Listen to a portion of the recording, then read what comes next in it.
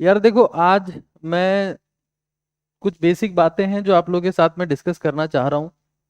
और मैं ये एक्सपेक्टेशन रखूंगा कि आप लोग इन चीज़ों को थोड़ा नोट डाउन करेंगे। तो आई एम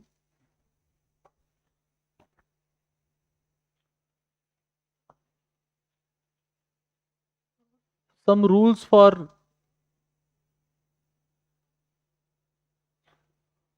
some rules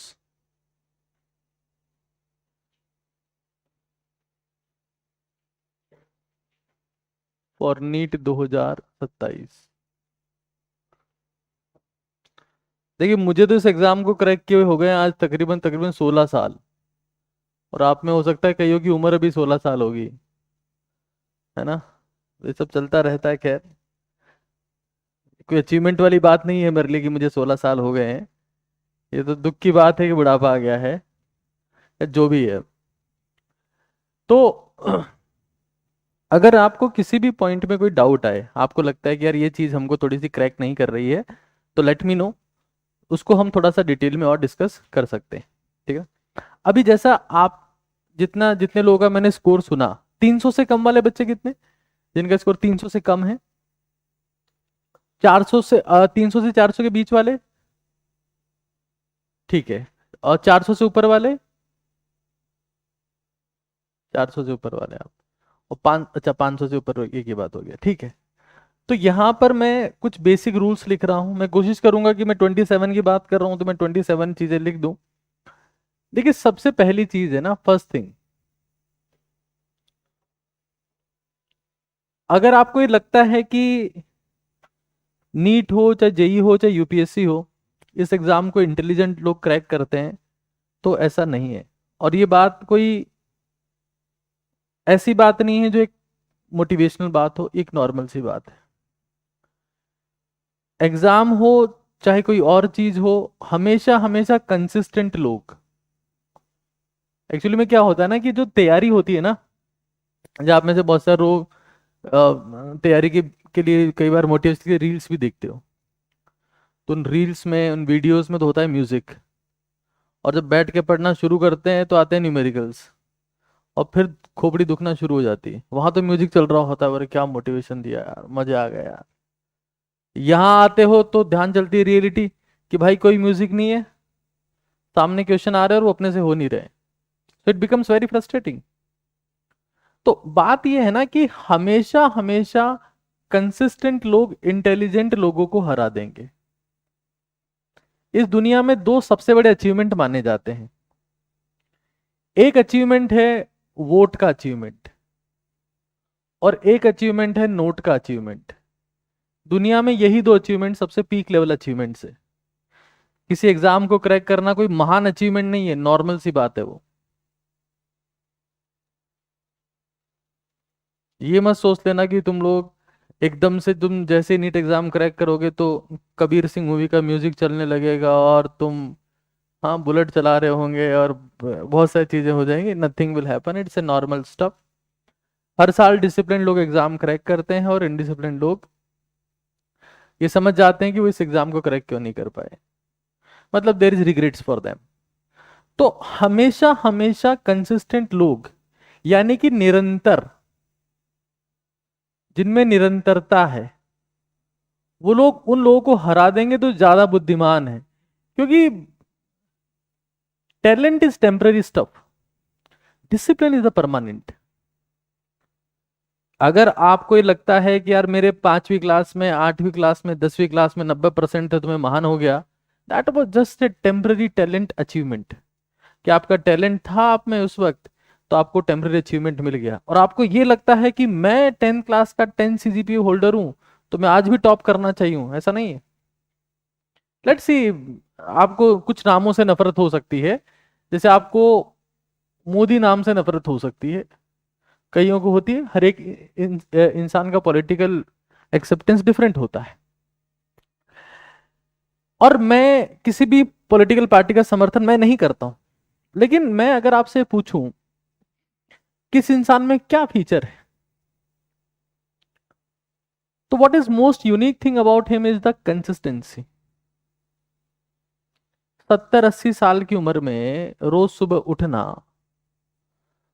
और जैसा भी हो अपने आप को हेल्दी रखना। तुम 20 साल की उम्र में नहीं रख पा रहे healthy. I am not a Modi भक्त, I am not a BJP supporter, I am just telling you in basic example कि कंसिस्टेंट रहते रहते रहते रहते अचीवमेंट आना शुरू होते हैं। अब तुम नोट की बात कर लो। हमारे देश में दो लोग सबसे ज्यादा पैसा कमा रहे हैं, नाम बोलने की जरूरत नहीं है ना। इंस्टाग्राम रील्स ने, यूट्यूब शॉर्ट्स ने सबको सिखा दिया कि कौन पैसा कमा रहा है। दो ही नाम है। Do you see anything special in them? कुछ भी ऐसा नहीं है उनमें। लेकिन भाई उनकी वो सब के सब दादा बन चुके हैं अब। मतलब दादा मतलब डॉन नहीं, उनके पोते पोती हो चुके हैं, तब भी वो लोग मेहनत कर रहे हैं। तो हमारे में से, जैसे मैं आप लोग की मेंटलिटी को देखता हूं, सुनता हूं, तो मैं अक्सर ये पाता हूं कि यार हम लोग क्या है ना, ये सोचते हैं कि 1 साल मेहनत कर ली है, अब तो हमको वर्ल्ड चैंपियन बना दो। हम 1 साल मेहनत कर चुके हैं, अब तो हमारी जिंदगी में कुछ ऐसा होना चाहिए जो और किसी के पास में नहीं है।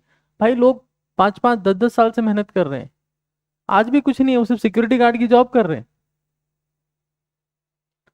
तो मैं ये समझ लूं सबसे पहले कि मुझे कंसिस्टेंट रहना पड़ेगा।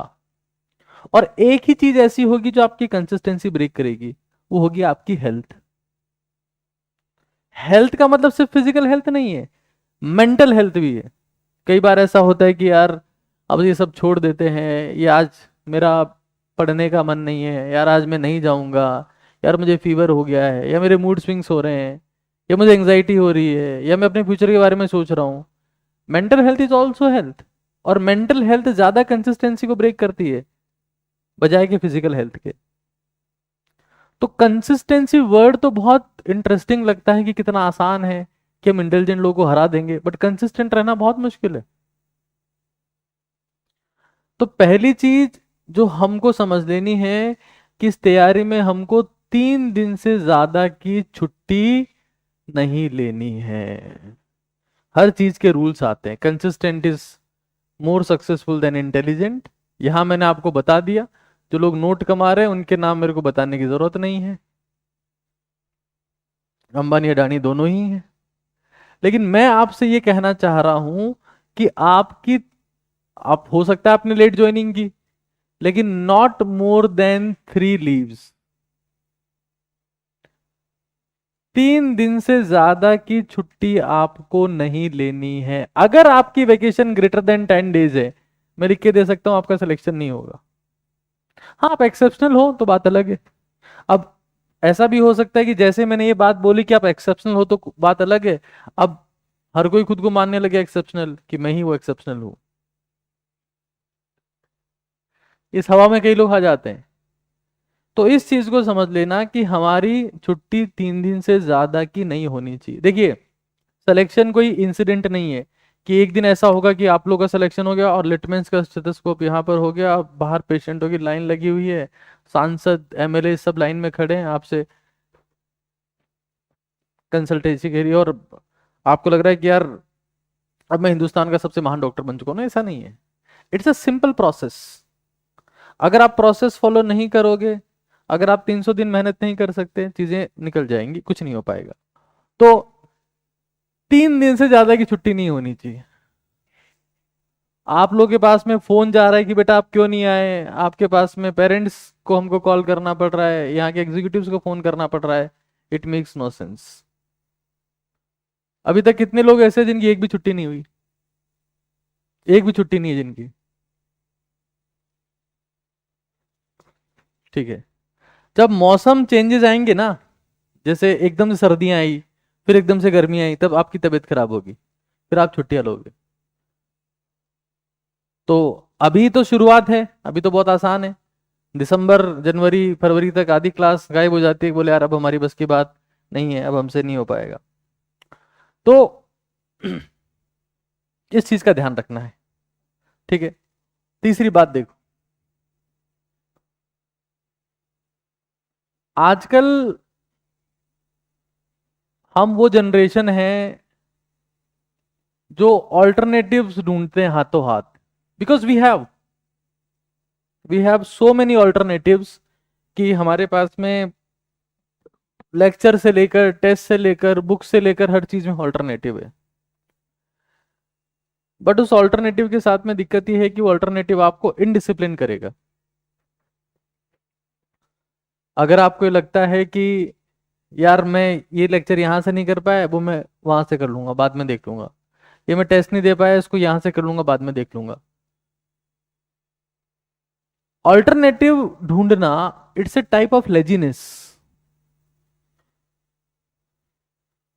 आलसपन का ही सिनोनिम है ऑल्टरनेटिव ढूंढना, क्योंकि इन रियल तो ऑल्टरनेटिव किसी चीज का होगा ही नहीं। तुम वहां जाओगे, मान लो तुमने सोचा कि यार ये मैं यहां नहीं करता हूं, उसको ऑनलाइन कर लूंगा, तो ऑनलाइन नहीं हो पाया यार, मैं उसको ना वन शॉट में कर लूंगा। यार वन शॉट भी नहीं हो पा रहा, इसको रील में देख लेता हूँ, एक चैप्टर को यार खत्म करता हूँ 1 मिनट में ही। ऐसा होता है भाई।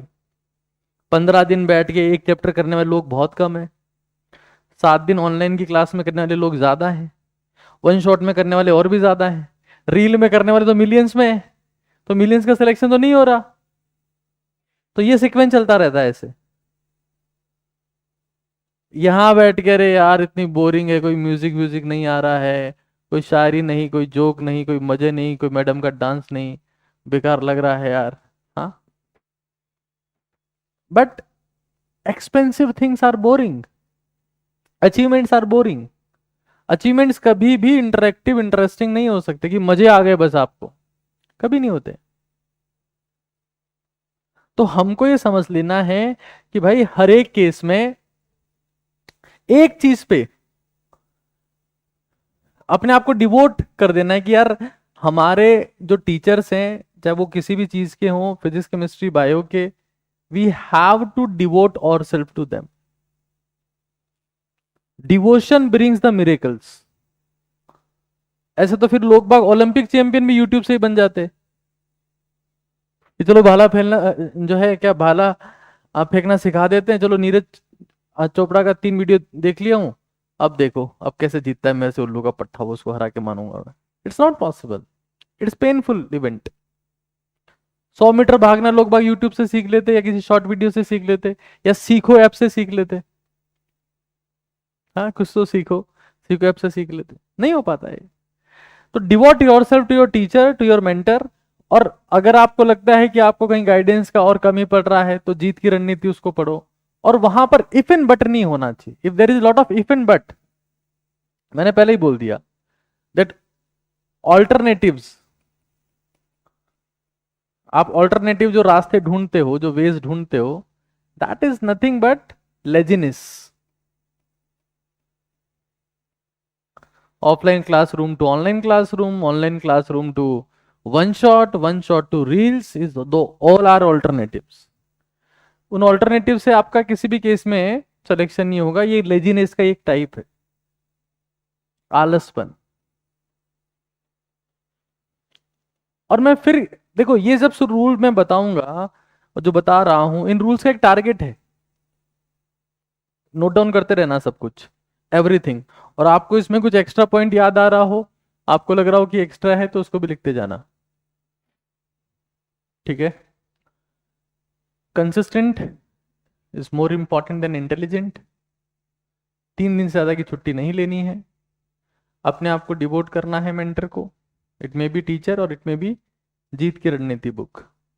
ऑल्टरनेटिव रास्ते जो हैं वो लेजीनेस का एक टाइप है, उसका कोई फायदा होने वाला नहीं है। और ये जितनी चीजें लिख रहे हो भाई, इनको हमेशा के लिए जो ब्लूप्रिंट रखना है अपने को, किन चीजों को फॉलो करना था मुझे, ठीक है। चलिए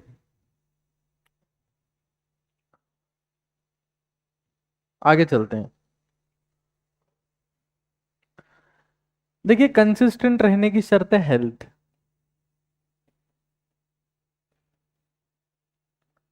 और हेल्थ को डैमेज करने वाली एक ही चीज है, स्ट्रेस, जो कंपटीशन एग्जाम बहुत ज्यादा पैदा करता है। कंपटीशन एग्जाम बहुत ज्यादा स्ट्रेस पैदा करता है। और दूसरा पैदा करते हैं घर वाले। तो ये तुमने अच्छा किया कि तुम बहुत दूर आ गए उनसे। आप में से कितने लोग ऐसे हैं जिनकी हेल्थ बहुत जबरदस्त है?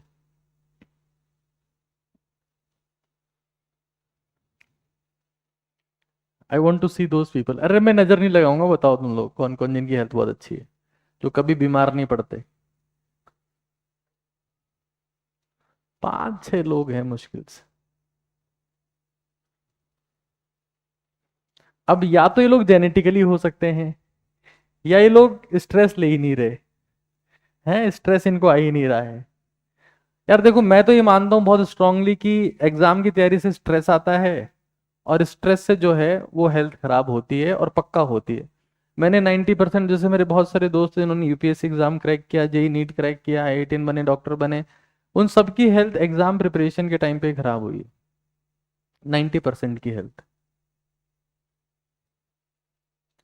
तो अगर मैं ये, जैसे खांसी तो चलती रहेगी साल भर, जुकाम बुखार ये कभी रुकती नहीं, क्यों? थोड़ा सा इम्यून सिस्टम सप्रेस होता है, इन्फेक्शन हो जाता है गले का। मतलब मैं बताऊं, जब मैं तैयारी कर रहा था मुझे 6 महीने कंसिस्टेंट खांसी होती थी, और इतनी खांसी कि जब तक उल्टी नहीं हो जाती तब तक खांसी रुकती नहीं थी, इतनी severe, because of immune system was suppressed. तो अब हेल्थ को ठीक रखने के कुछ रास्ते हैं, वो आपको फॉलो करने ही पड़ेंगे। देखिए, सोना सही से पड़ेगा। आप लोग के स्मार्टफोन कितने लोगों के पास में है? स्मार्टफोन तो कितने के पास नहीं है? एक समय था जब जिनके पास में स्मार्टफोन होते थे ना, वो अमीर लोग होते थे, आज के 10 साल पहले। अब जिनके पास स्मार्टफोन होते हैं ना, वो गरीब लोग होते हैं, और होते नहीं तो हो जाते हैं। तो not having smartphone is richness now days. हाँ, तो कितने लोगों के पास में नहीं है स्मार्टफोन? अच्छा, कितने लोगों के पास फोन है ही नहीं, फोन ही नहीं है? Just two. नाइस। तो आप लोग घर भर पे बात कैसे करते हो? पत्र लिख के भेजते हो, या कबूतर की चिट्ठी बांधते हो? Okay, you are living with the parents, ठीक है। और जिन लोगों के पास स्मार्टफोन नहीं है, उनके पास कौन सा फोन है? ऑल्टरनेटिव फोन कौन से होते हैं? कौन सा वाला कीपैड का? ब्रांड ब्रांड का नाम बताओ। हाँ, माइक्रोमैक्स। एक तो खड़े होके बोला करो जो भी है। हाँ, which one? Airtel? Itel? Okay Manan, Micromax, हाँ। और आप बताओ। नोकिया? चलो, नोकिया के सही दिन आ रहे हैं, दैट्स नाइस। तो मैं हमेशा इस चीज को डिस्कस करता रहता हूँ कि 3 4 5 चीजें हैं, जिसमें स्लीप है, जिसमें एक्सरसाइज है, जिसमें डाइट है, जिसमें डीप ब्रीदिंग है, जिसमें हाइड्रेशन है, जिसमें साइलेंस है। ये 6 7 चीजें हैं जिससे आपकी हेल्थ परफेक्ट रह सकती है। स्लीप, अगर कोई भी इंसान कितना भी मोटिवेट करे आपको, आपके पेरेंट्स से बोले कि हम लोग जुगनू की लाइट में पढ़ते थे या अगरबत्ती जला के पढ़ते थे, सब झूठ बोल रहे हैं, वो उनसे कोई मोटिवेशन नहीं लेना है। उनकी 10th की मार्क्स उनको जब भी पेरेंट्स आपको मोटिवेट करे बहुत ज्यादा, उनको बोल दिया करो 10th की मार्क्सशीट दिखाओ आपकी। आप देखोगे उसमें किसी के सेकंड डिवीजन है, किसी के थर्ड डिवीजन है, पहले ही आता। तो एस पर हमारे पास में क्या हो गया? S is the sleep. E for exercise. कितने लोग ऐसे हैं आप में से जो एक्सरसाइज करते हैं रेगुलरली? एक्सरसाइज करने को एक्सरसाइज करना नहीं बोलता हूं मैं, रोज एक्सरसाइज करने को एक्सरसाइज करना मानता हूं। कितने लोग रोज एक्सरसाइज करते हैं? रोज एक्सरसाइज करने वाले। अच्छा, कितने लोग ऐसे हैं जो एक्सरसाइज करते हैं उनके रोज पसीना आता है, स्वेटिंग वाले? एक्सरसाइज करने के बाद ना, रोज एक्सरसाइज भी करते हैं, रोज पसीना भी आता है, ऐसे लोग पूछ रहा हूं मैं। बताओ आप, क्या एक्सरसाइज करते हैं आप? Which workout you do? Home workout क्या करते हैं उसमें? मनन,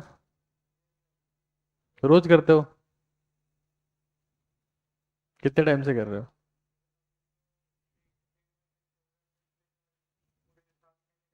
कितनी देर करते हो आप स्टेयर्स? 20 से 21 मिनट, 1 मिनट का भी ध्यान रहता है उसमें, ठीक है। और और कौन था वर्कआउट करने वाला? यस, आप बताओ। तुमसे पूछने की जरूरत नहीं, तुम रुक जाओ। हाँ, आप बताओ। आप कहाँ रहते हो जयपुर में? मतलब वैसे कहाँ से हो आप? बगरू से हो, ठीक है भाई। देखो, बाकी देखो, हॉस्टल हो गया, पीजी हो गया, अपना घर हो गया, ये सब हमारे परमानेंट एड्रेस नहीं है। जो आधार कार्ड पे लिखा हुआ है, जो पैन कार्ड पे लिखा हुआ है, वो भी परमानेंट एड्रेस नहीं है। परमानेंट एड्रेस हमारा शरीर है। ये बात ध्यान है सबको, that only permanent address we have is our body. बाकी सब एड्रेस टेम्पररी हैं, ये चेंज होते रहते हैं, कभी कमलेश हॉस्टल, कभी विमलेश हॉस्टल, कभी ये पीजी, कभी फलाना पीजी, ये सब चलता रहेगा ना।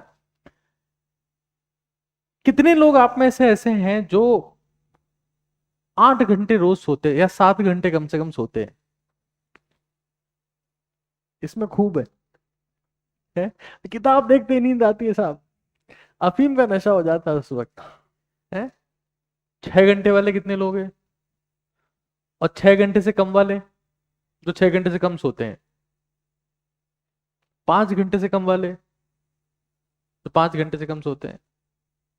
ओके, देखो, अगर तुम लोग 6 घंटे से कम सो रहे हो तो ये कोई अचीवमेंट वाली बात नहीं है, बहुत दुख की बात है।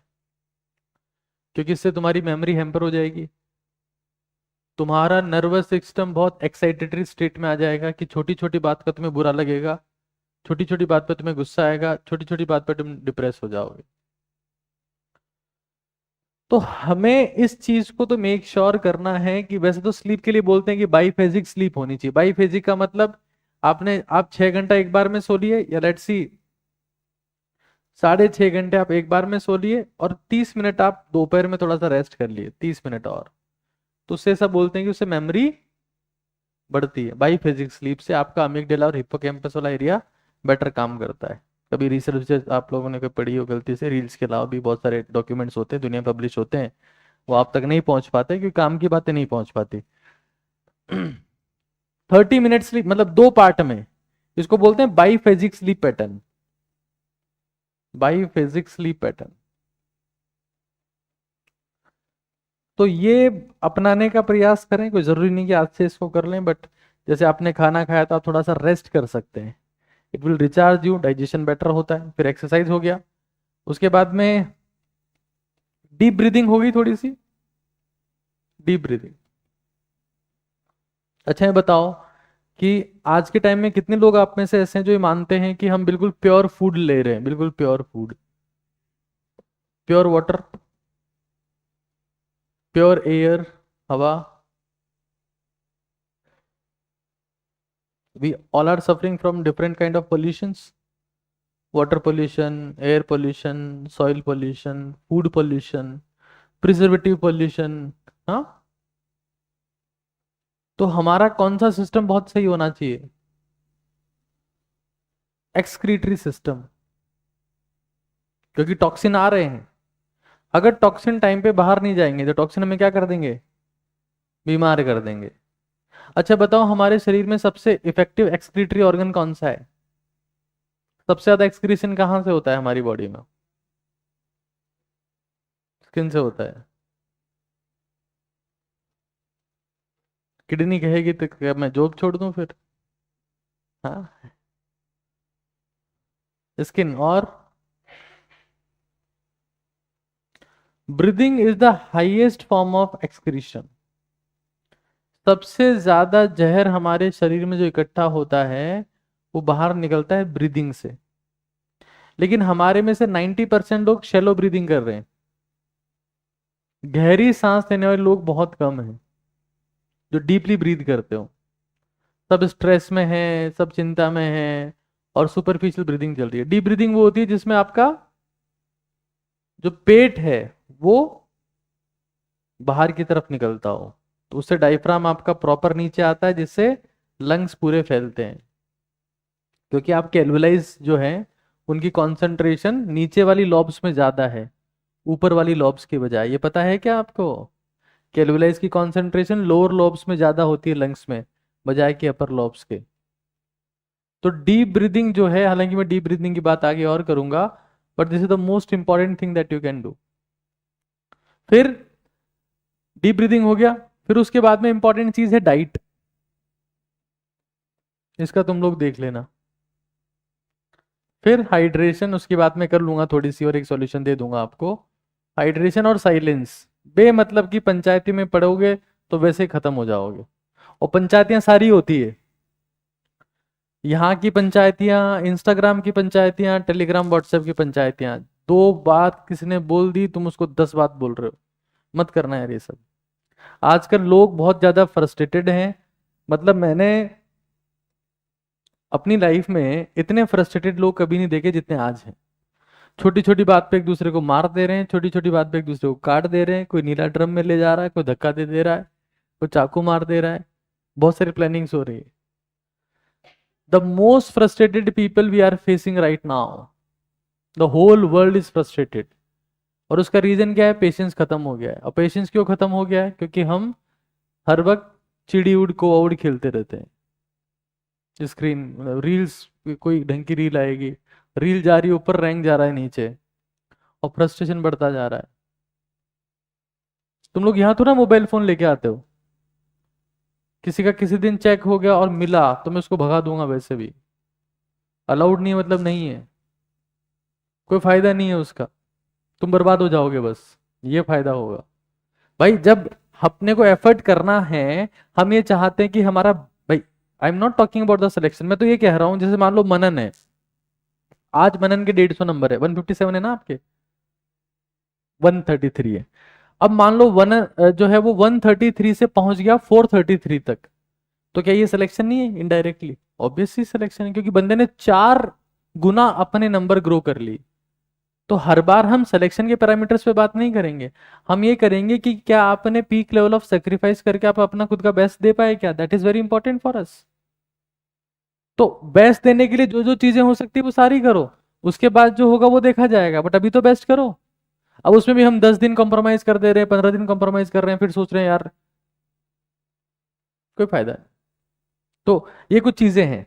डाइट के बारे में थोड़ी सी बात करूंगा अभी, बट साइलेंस, और जो बात हुई अपनी मोबाइल फोन की, वो नहीं करना है, मतलब यूज नहीं करना है। डीप ब्रीदिंग, डाइट, ये पॉइंट रहेगा जिसकी मैं आगे बात करूं। आगे चलते, आप में से कितने लोग ऐसे हैं जिनको ये लगता है कि उनका कंसंट्रेशन बहुत अच्छा है?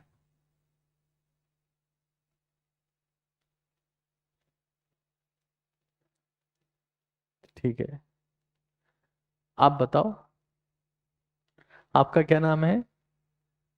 हाँ, ठीक है। आप कहाँ से हो? यहीं से हो? जयपुर से ही? जैसलमेर से हो? तो आपको ऐसा क्यों लगता है कि आपका कंसंट्रेशन अच्छा है?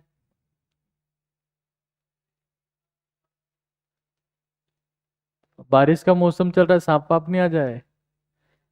भले ही आ जाओ, कोई दिक्कत नहीं है। नाइस। आप बताइए, आपका क्या नाम है? वाह। आप कहाँ से हो? आपका कंसंट्रेशन बहुत अच्छा है? कब ध्यान चला आपको अपनी ताकत के बारे में? यार मुस्कुराते हो हर बात पे यार, जवाब देते नहीं हो तुम लोग। हाँ, यहाँ आने के बाद पता लगा, यहाँ ताकत का एहसास हुआ आपको यहाँ के? That's nice. कैसे पता लगा? अभी कितने घंटे पढ़ रहे हो रोज?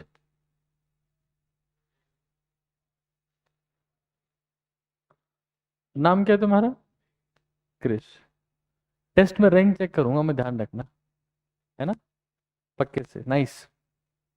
तो एहसास हो गया आपको, और बाकी लोगों का कंसंट्रेशन खत्म है। देखो, एक चीज तो हमको समझ लेनी है, concentration is the only pleasure. अब ये बात ना तो आज तक किसी ने बोली है, ना किसी के बोलने की हिम्मत है, जो मैं आगे बोलने वाला हूं। क्योंकि वो बोलेगा तो लोग बाग बहुत कुछ सुना देंगे उसको, इसलिए मैं चुपचाप बोल रहा हूं तुम्हारे बीच में बात। देखो, एनिमल किंगडम के लिए, एनिमल किंगडम के लिए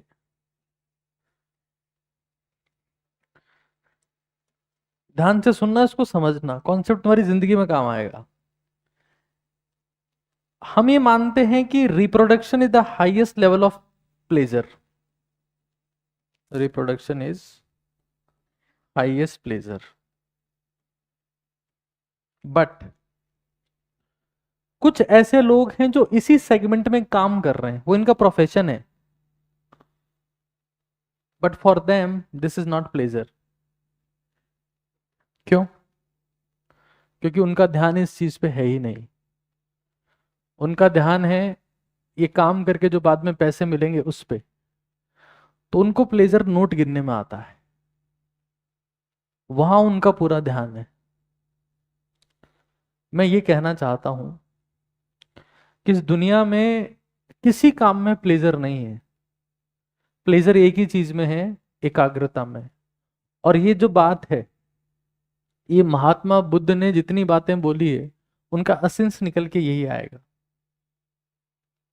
try to concentrate, because when you concentrate your all good hormones start releasing and you feel amazing.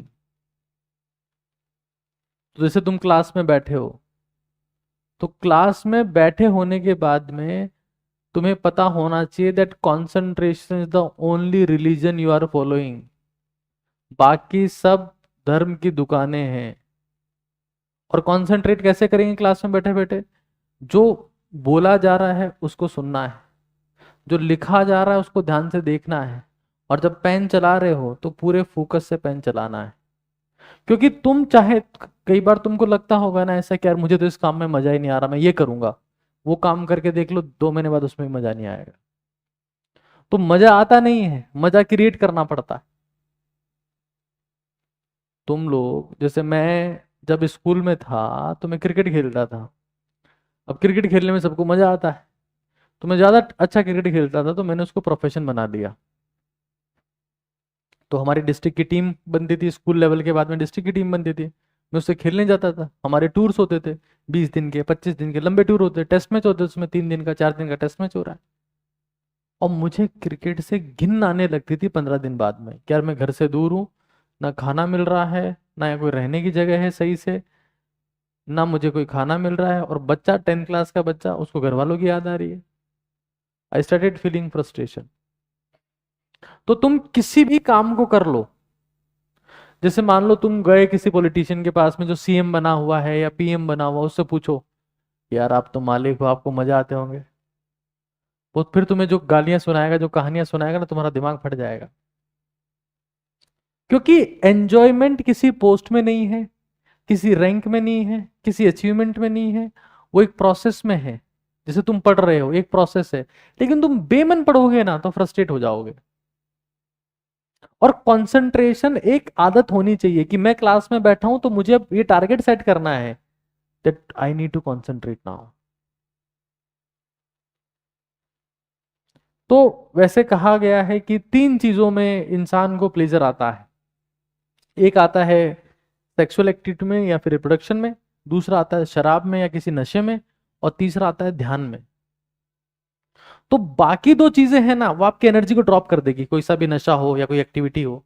लेकिन ध्यान से आपकी एनर्जी ड्रॉप नहीं होती है, और आप एक्सट्रीम प्लेजर फील करते हो।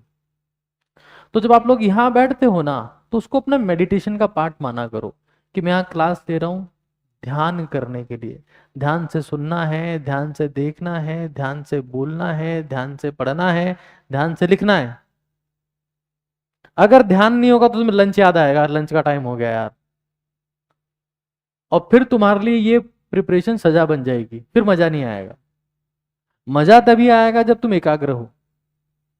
जहां एकाग्रता खत्म, वहां वो चीज सजा हो जाएगी। जैसे मान लो तुम्हें बोला कि यार तुम्हें हम वर्ल्ड टूर पे भेज रहे हैं, जाओ वर्ल्ड टूर पे जाओ।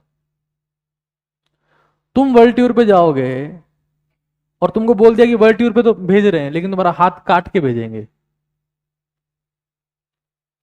अब तुम वर्ल्ड टूर का मजा ले पाओगे? क्यों? तुम्हारा ध्यान कहाँ है?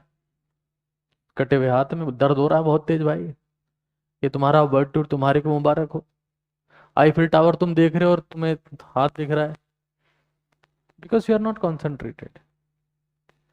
तो हमको ये समझ लेना है, the biggest thing that you can achieve in your life is ability to concentrate. और कोई सा भी काम करो, जैसे मान लो खाना खा रहे हो, तो फिर पूरा ध्यान खाने पे ही लगाओ ताकि सलाइवेशन बेटर हो।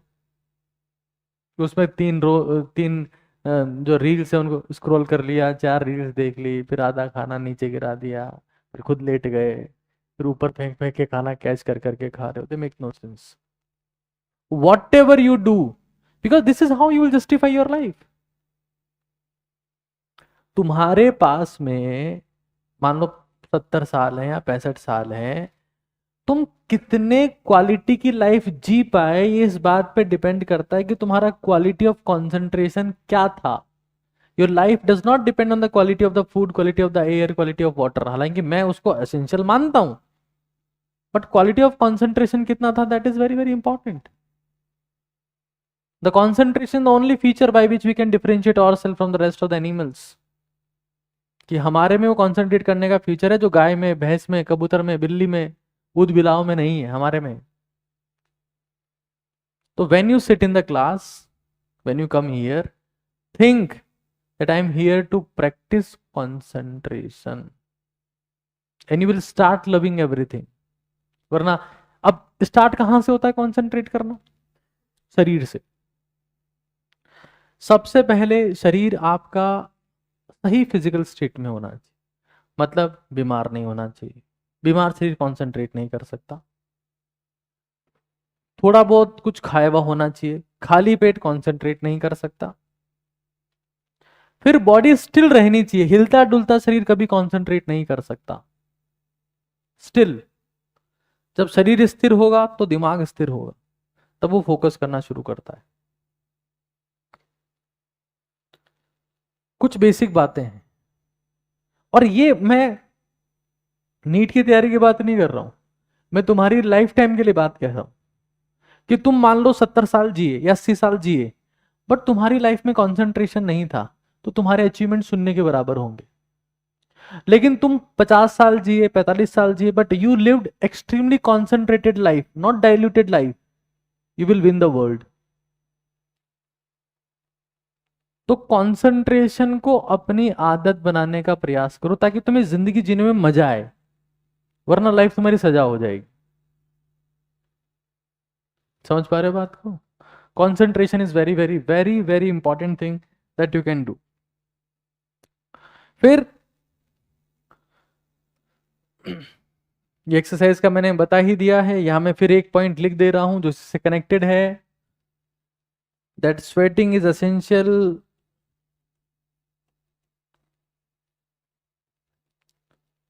For long term sweet memories. Long term sweet memories. आजकल तो जैसा मैंने बताया था पहले कि आपको वोट कमाना है या आपको नोट कमाना है। मैंने एक हमारे देश के पीएम का एग्जाम्पल लिया, आपको शायद पता ना हो बट मैं बता देता हूँ। हमारे देश में पीएम बनने की मिनिमम एज 68 ईयर्स।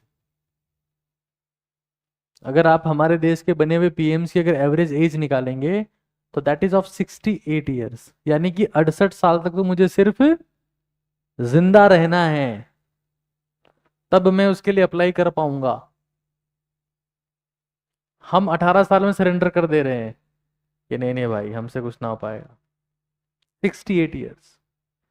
तो अगर मुझे लंबे समय तक कंसिस्टेंट रहना है तो मुझे हर दिन पसीना बहाना पड़ेगा।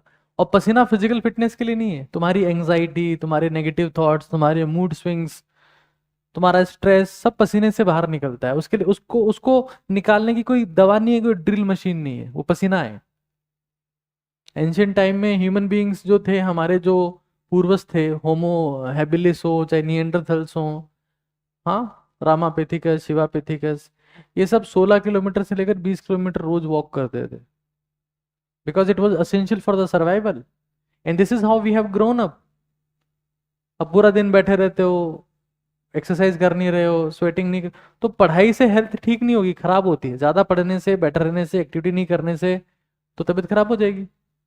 तो स्वेटिंग मेक श्योर करनी है, और स्वेटिंग का सबसे सिंपल तरीका होता है कि मैं 20 मिनट्स 20 मिनट्स स्टेयर्स करूं, 20 मिनट में सीढ़ियां चढ़ूं।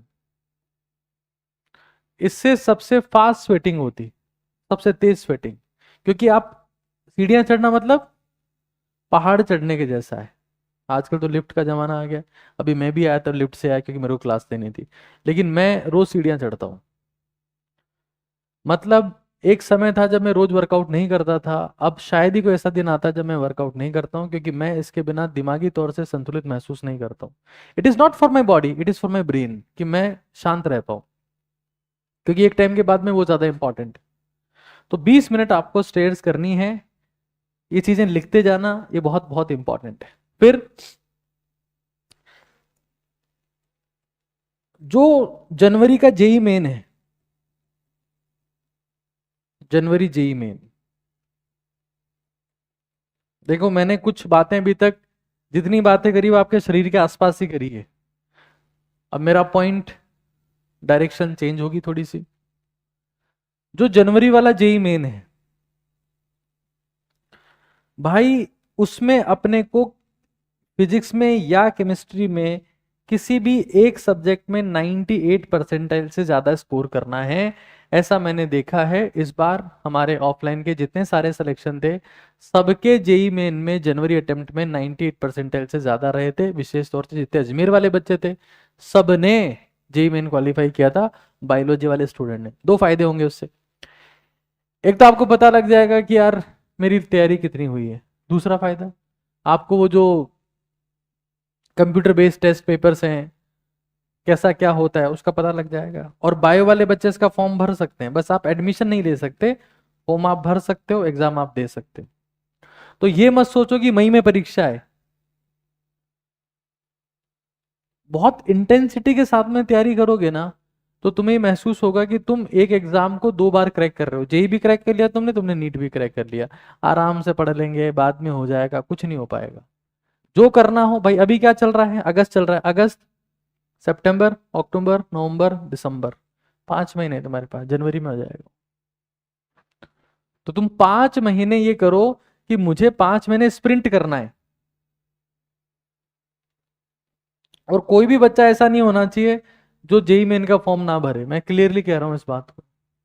जाना है, एग्जाम में बैठना है, एग्जाम के माहौल को देखना है, कैसा क्या होता है, सब चीजें समझनी है। सीबीटी मोड में एग्जाम कैसे हो रहा है उसको देखना है, पेपर के लेवल को देखना है। एनडीए दोनों एग्जाम करवा रहा है, ऑनलाइन मान लो वो भी होगा, तो हो सकता है सेम क्वेश्चन बैंक पूल रहे, तो आपको पीवाईक्यूज का भी आइडिया लग जाएगा। तो टारगेट जनवरी JEE Main, not NEET May exam. हाँ, मैं ये रिक्वेस्ट और करूंगा आपसे कि जैसे दोबारा फॉर्म नहीं भरना पड़ेगा अप्रैल के लिए, तो अप्रैल वाला भी आपको देना है, अप्रैल वाला भी दो। बट कोशिश ये करो कि तुम जनवरी वाले में बहुत अच्छा कर रहे हो।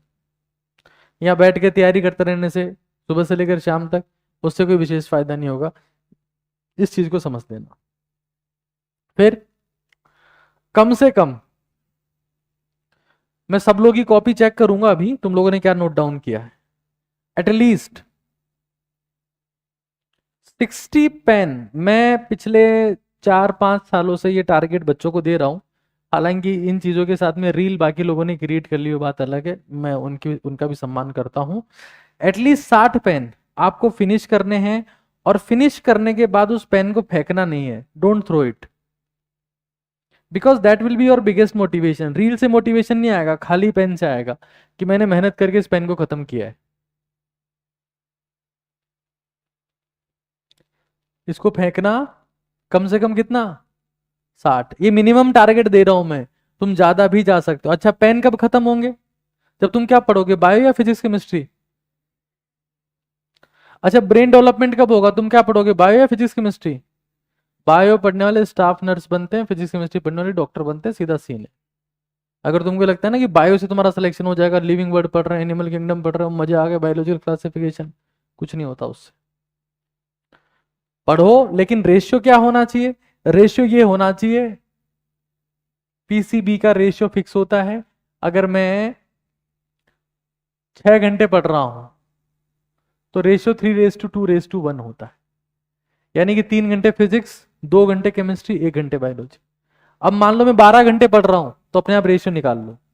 मैं 6 घंटे नहीं, 3 घंटे ही पढ़ रहा हूं, तो रेशियो खुद निकाल लो। हम उल्टा करते, आपने सुना होगा ना, that if you want to become successful leave your comfort zone, leave your comfort zone. अब जैसे ही हम लोग ये कॉट पढ़ते हैं, हमने अगर 2 तकिए लगा रखे होते हैं तो हम एक तकिया निकाल देते हैं, फिर दोबारा कॉट पढ़ लिया, वापस से दोनों तकिए फेंक देते हैं, बोले हमारा कंफर्ट जोन है। अरे गंवारो, कंफर्ट जोन वो होता है जिसमें आप जैसे टफ सिचुएशन में आते हो उसकी तरफ भागते हो।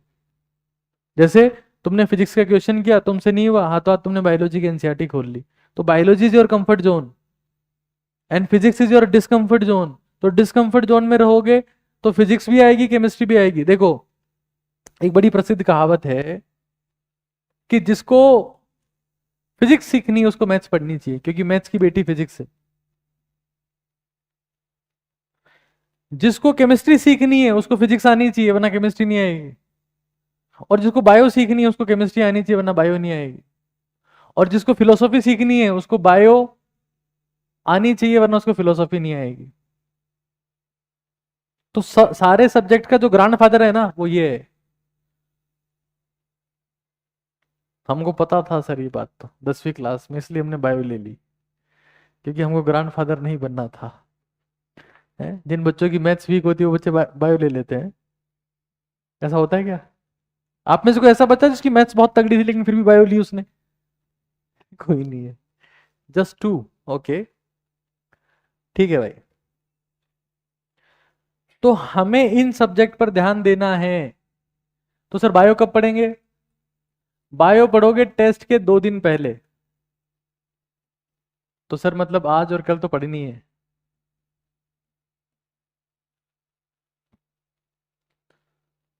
वैसे भी तुम लोग हफ्ते भर तो पढ़ते नहीं हो, और टेस्ट के 2 दिन पहले बायो भी पढ़ते हो, क्यों? ताकि नंबर आ जाए, इज्जत बचाने वाले नंबर आ जाए हमारे कम से कम, तो बायो भी पढ़ते हो लास्ट में। तो कहने का मतलब ये है कि पढ़ना है 12-13 दिन, लेकिन आखिरी टाइम में। देखो, मैंने फरवरी के महीने से बायो पढ़ना स्टार्ट किया था, और मेरे नंबर थे 654 800 में से, और मेरा स्टेट रैंक था 78। ठीक है। मैं अपने स्टूडेंट्स को पढ़ाता हूँ, पूछता हूँ, तो उल्लू के पट्टों के किसी के नंबर ही नहीं होते इतने तो। और मेरे फिजिक्स में 49 क्वेश्चन करेक्ट थे।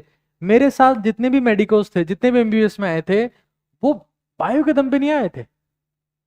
डॉक्टर बनते हैं फिजिक्स और केमिस्ट्री के दम पे। जिस साल उनकी फिजिक्स केमिस्ट्री अच्छी हो गई थी, उस साल वो मेडिको बन गए थे। और जिस साल उनकी बायो ठीक थी, उनका लगातार बीएससी नर्सिंग में एडमिशन हो रहा था, आजा बीएससी नर्सिंग में आजा। And this is how you and up destroying your life, because bio आपको सिर्फ नंबर देगी। मेडिकल कॉलेज का गेट, जो गेटमैन है ना, जो गेट कीपर है, जो गार्ड है वहां पे, वो फिजिक्स बैठा है कि भाई फिजिक्स ऐसी है, बेकार भाग यहाँ से, फिजिक्स ऐसी है अच्छी। This is what is game. Physics और केमिस्ट्री, मेनली फिजिकल केमिस्ट्री। खैर, तो इस चीज को समझ लेना है। हमें कम से कम 250 DWAR भरनी है। 250 डेज। DWAR कितने लोगों को मिल गई? कोई ऐसा इसको नहीं मिली? तुम लोगों को नहीं मिली? आउट ऑफ स्टॉक बोल रहे हैं। अभी 2 दिन में आ जाएगी, 2-3 दिन में। अच्छा, DWAR में आपको मिल गई? आपको मिल गई? DWAR में डी का मतलब क्या है, और डब्ल्यू का मतलब, और ए का मतलब? बोलो बाबू, बोलो, सबसे लास्ट वाले बाबू भाई, जो जैसलमेर वाले हैं भैया, बोलते रहो बाबू, अपन है ना सबसे बात कर रहे हैं। ए का मतलब क्या है, और आर का मतलब क्या है? रिग्रेट। पता है कि नहीं पता है ये? 90% लोगों को ये पता नहीं होता, वो भर रहे हैं उसको। 11वीं क्लास के कुछ बच्चे हैं, उनसे मैंने पूछा कि DWR का मतलब क्या, बोले होमवर्क। कवारो, उसमें देखो सबसे इंपॉर्टेंट ये है DWR फिलिंग। हालांकि आप में सिर्फ 90% लोग गलत ही भरते होंगे। कोई चेक करवाएगा मुझे एक बार, कोई सा बच्चा आके? आओ बेटा, अभी ध्यान चल जाएगा आप लोग कैसे फिल कर रहे हैं। अब देखो, इस बच्ची ने वैसे तो सारा काम ठीक किया है, लेकिन बेटा इसमें जो टास्क है ना आपका, उसके आगे टाइम भी स्पेसिफाई करो। टास्क जो भी आप लिख रहे हो ना DWR में, उसके आगे टाइम भी लिखा हुआ आना चाहिए, ताकि क्या, ताकि टोटल टाइम कितना स्पेंड कर रहे हो तैयारी में उसको ट्रैक कर पाओ। तो DWR में क्या करना होता है, TNT, टास्क एंड टाइम। बहुत बढ़िया। बेटा आपका क्या नाम है, कहां से हो आप, मुंबई से हो। टास्क एंड टाइम दोनों लिखने होते हैं। कितने दिन DWR बोली है मैंने, कम से कम 250 डेज। ज्यादा भर लोगे तुम्हारी अच्छी बात है, इसमें कोई दिक्कत नहीं, सीधे बैठ जाओ यार, मेरी क्लास में से मत बैठा करो यार प्लीज। मैं एक दो बार रिक्वेस्ट करता हूं बस। It's not a movie for you, it's something that your life will decide. ऐसे बैठे हो यार जैसे कोई पंचायत चल रही है। बाकी लोग की क्लास में बैठ जाया करो तुम, I don't like this means I don't like this, और मैं साफ साफ बोल देता हूँ मुंह पे, बाद में नहीं बोलता हूँ पीछे से। यहाँ देखो, कम से कम 100 टेस्ट पेपर्स देने हैं अपने को, और यहाँ हाथ नहीं होना चाहिए किसी का। पानी मेरी क्लास में कोई नहीं पिएगा, कुछ रूल्स होते हैं मेरी क्लास के, पहले ही बताता हूँ, जब से क्लासेस शुरू नहीं हुई उससे पहले ही। पानी क्लास में कोई नहीं पिएगा, यहाँ हाथ किसी का नहीं होगा, आड़ा तिरछा कोई नहीं बैठेगा, उबासी कोई नहीं लेगा, ऐसा होते बाहर भगा देता हूँ मैं। क्योंकि तुम लोग माइंड तुम्हारा है ही नहीं क्लास में, क्या मतलब है क्लास लेने का। लिखो नेक्स्ट। कम से कम 100 टेस्ट पेपर्स देने हैं। देखो एक चीज का प्रॉमिस मैं आपको कर सकता हूं, कि हम लोग तकरीबन तकरीबन, अब क्या वैसे हर चीज लेट हो गई है बेटा, हम लोग 16 फरवरी से हमारी टेस्ट सीरीज शुरू कर देंगे, और बेटा वो लगातार चलेगी 30 अप्रैल तक। तो इसमें हम लोग सिग्निफिकेंट टेस्ट लेंगे 80 के आसपास, और बाकी आपके ईयर लॉन्ग चलेंगे 20 के आसपास। ईयर लॉन्ग चलेंगे 20 के आसपास टेस्ट वो हो जाएंगे, और डे बोर्डिंग वालों के और ज्यादा टेस्ट हो जाएंगे। बाकी जो उनके साथ वाले उनसे मांग सकते हैं उस टेस्ट को, उसमें कोई दिक्कत नहीं है। और PYQs आप लोग कर लोगे। 100 टेस्ट पेपर देने का मतलब क्या है, 100 times you have revise the syllabus. अगर आपको लगता है कि कोई बढ़िया टीचर होगा, कोई बहुत ही खतरनाक टीचर होगा, वो हमको सेलेक्ट करवा देगा, भाई टीचिंग से किसी बच्चे का सिलेक्शन नहीं होता है। Teaching multiply testing, T×T। जैसे तुम लोगों ने मेंडल्स एक्सपेरिमेंट सुने जिसमें मोनोहाइब्रिड क्रॉस डाइहाइब्रिड क्रॉस होते हैं, उसमें T और T होता है। तो एक T का मतलब क्या है, उसको छोड़ो, यहां समझो, यहां एक T का मतलब क्या है, टीचिंग। दूसरे T का मतलब क्या है, टेस्टिंग। अच्छा तुम लोग, तो मैंने ये बोल दिया 100 के आसपास टेस्ट पेपर, तो सिर्फ टेस्ट पेपर नहीं होंगे, ये TND होगा, टेस्ट एंड डिस्कशन। टेस्ट भी होगा और डिस्कशन भी होगा। और बता दे रहा हूं कुछ इसके फीचर पहले ही। ये टेस्ट अगर 60 क्वेश्चन का होगा, कितने क्वेश्चन का होगा, तो 1 घंटे का होगा। ये टेस्ट अगर 120 क्वेश्चन का होगा तो 2 घंटे का होगा। और ये टेस्ट अगर 130 क्वेश्चन का होगा तो 3 घंटे का होगा। हम इस टेस्ट को मिनिमम टाइम में रखते हैं, ताकि हर दिन बच्चा 1 घंटे के टेस्ट दे दे, डिस्कशन हो जाए, 1.5-2 घंटे में खत्म हो जाता है, फिर बच्चा पूरे दिन सेल्फ स्टडी कर पाता है। या ये टेस्ट हम लेते ही शाम को है 6 बजे, 6 से 7 टेस्ट लिया, और 7 से 7:30 तक डिस्कशन ले लिया। समझ रहे हो तुम लोग, 60 क्वेश्चन का अगर पेपर दिया है तो 15 क्वेश्चन होते हैं फिजिक्स के, 15 क्वेश्चन होते हैं केमिस्ट्री के, 30 क्वेश्चन होते हैं बायो के। इस टेक्निक से मैंने अंधाधुंध सिलेक्शन करा है इस बार। जिन बच्चों को सिलेक्शन की कोई उम्मीद नहीं थी उनके सिलेक्शन हो गए, क्यों, क्योंकि उन्होंने लास्ट टाइम में भी आके टेस्ट दिए। और सिर्फ टेस्ट देना काफी नहीं होगा, एक रैंक फिक्स नाम की डायरी मिली क्या तुम लोगों को, अभी मिल जाएगी। TND उसमें क्या लिखा हुआ है ना, टेस्ट एनालिसिस। सिर्फ टेस्ट देना काफी नहीं रहेगा, टेस्ट के बाद में टेस्ट एनालिसिस, कि आपने कौन सी मिस्टेक करी है। उसमें 4 टाइप की मिस्टेक होती है CGST के नाम पे, वो एनालिसिस लिखना ही लिखना है, और वो कॉपी संभाल के रखनी है, बार बार बार बार बार बार अपनी गलतियों को देखते रहना है। अगर तुम लोग तुम्हारी गलतियां देख सकते हो तो तुम्हें मेडिकल कॉलेज सर्च करने की जरूरत नहीं, वो अपने आप में बुला लेगी। CGST, सी का मतलब होता है conceptual error. Mistake can be conceptual error. एक भी टेस्ट नहीं छोड़ना है भाई। गैस मान लो तुमने तुक्का मारा हो, या तुमने कोई सिली मिस्टेक करी हो, सिली एरर, या तुम्हारे पास टाइम की कमी रह गई हो, टाइम एरर उसकी कमी की वजह से हो गया। और टेस्ट एनालिसिस तो अभी से, जैसे तुम्हारा टेस्ट शुरू होगा तो तुम लोगों को शुरू कर देना है। ऐसा नहीं कि टेस्ट हो गया, मैं हमेशा ये बात कहता हूं that if you rest after the test you waste your test. To be the best never rest after the test, it is very very important for you, ठीक है। इस चीज का ध्यान रखेंगे हम लोग। Test, DWR। अब बहुत सारे बच्चे क्या करते हैं ना बेटा, वो टेस्ट छोड़ देते हैं। जैसे यहाँ टेस्ट होगा, कुछ बच्चों को टेस्ट एंजाइटी होती है कि टेस्ट होने वाला, घबराहट होना शुरू होगी, पापा मम्मी के पास में हमारा रिजल्ट जाएगा, उनको हम क्या बोलेंगे। ऐसा बहुत सारे बच्चों के साथ में होता है कि टेस्ट देने का मन था लास्ट में छोड़ दी। It happens. कितने कोई ऐसा इसको टेस्ट एंजाइटी है? ठीक है। अब टेस्ट एंजाइटी को खत्म करने का रास्ता क्या है? टेस्ट एंजाइटी को आप खत्म कर सकते हो एक ही चीज से, उसका नाम है मेमोरी कॉपी। देखो मैं एक बात तुमको समझा देता हूं, उस बच्चे के सही नंबर आएंगे जिसका मैनेजमेंट अच्छा होगा, मतलब सेल्फ मैनेजमेंट, कंटेंट मैनेजमेंट और लाइफ मैनेजमेंट।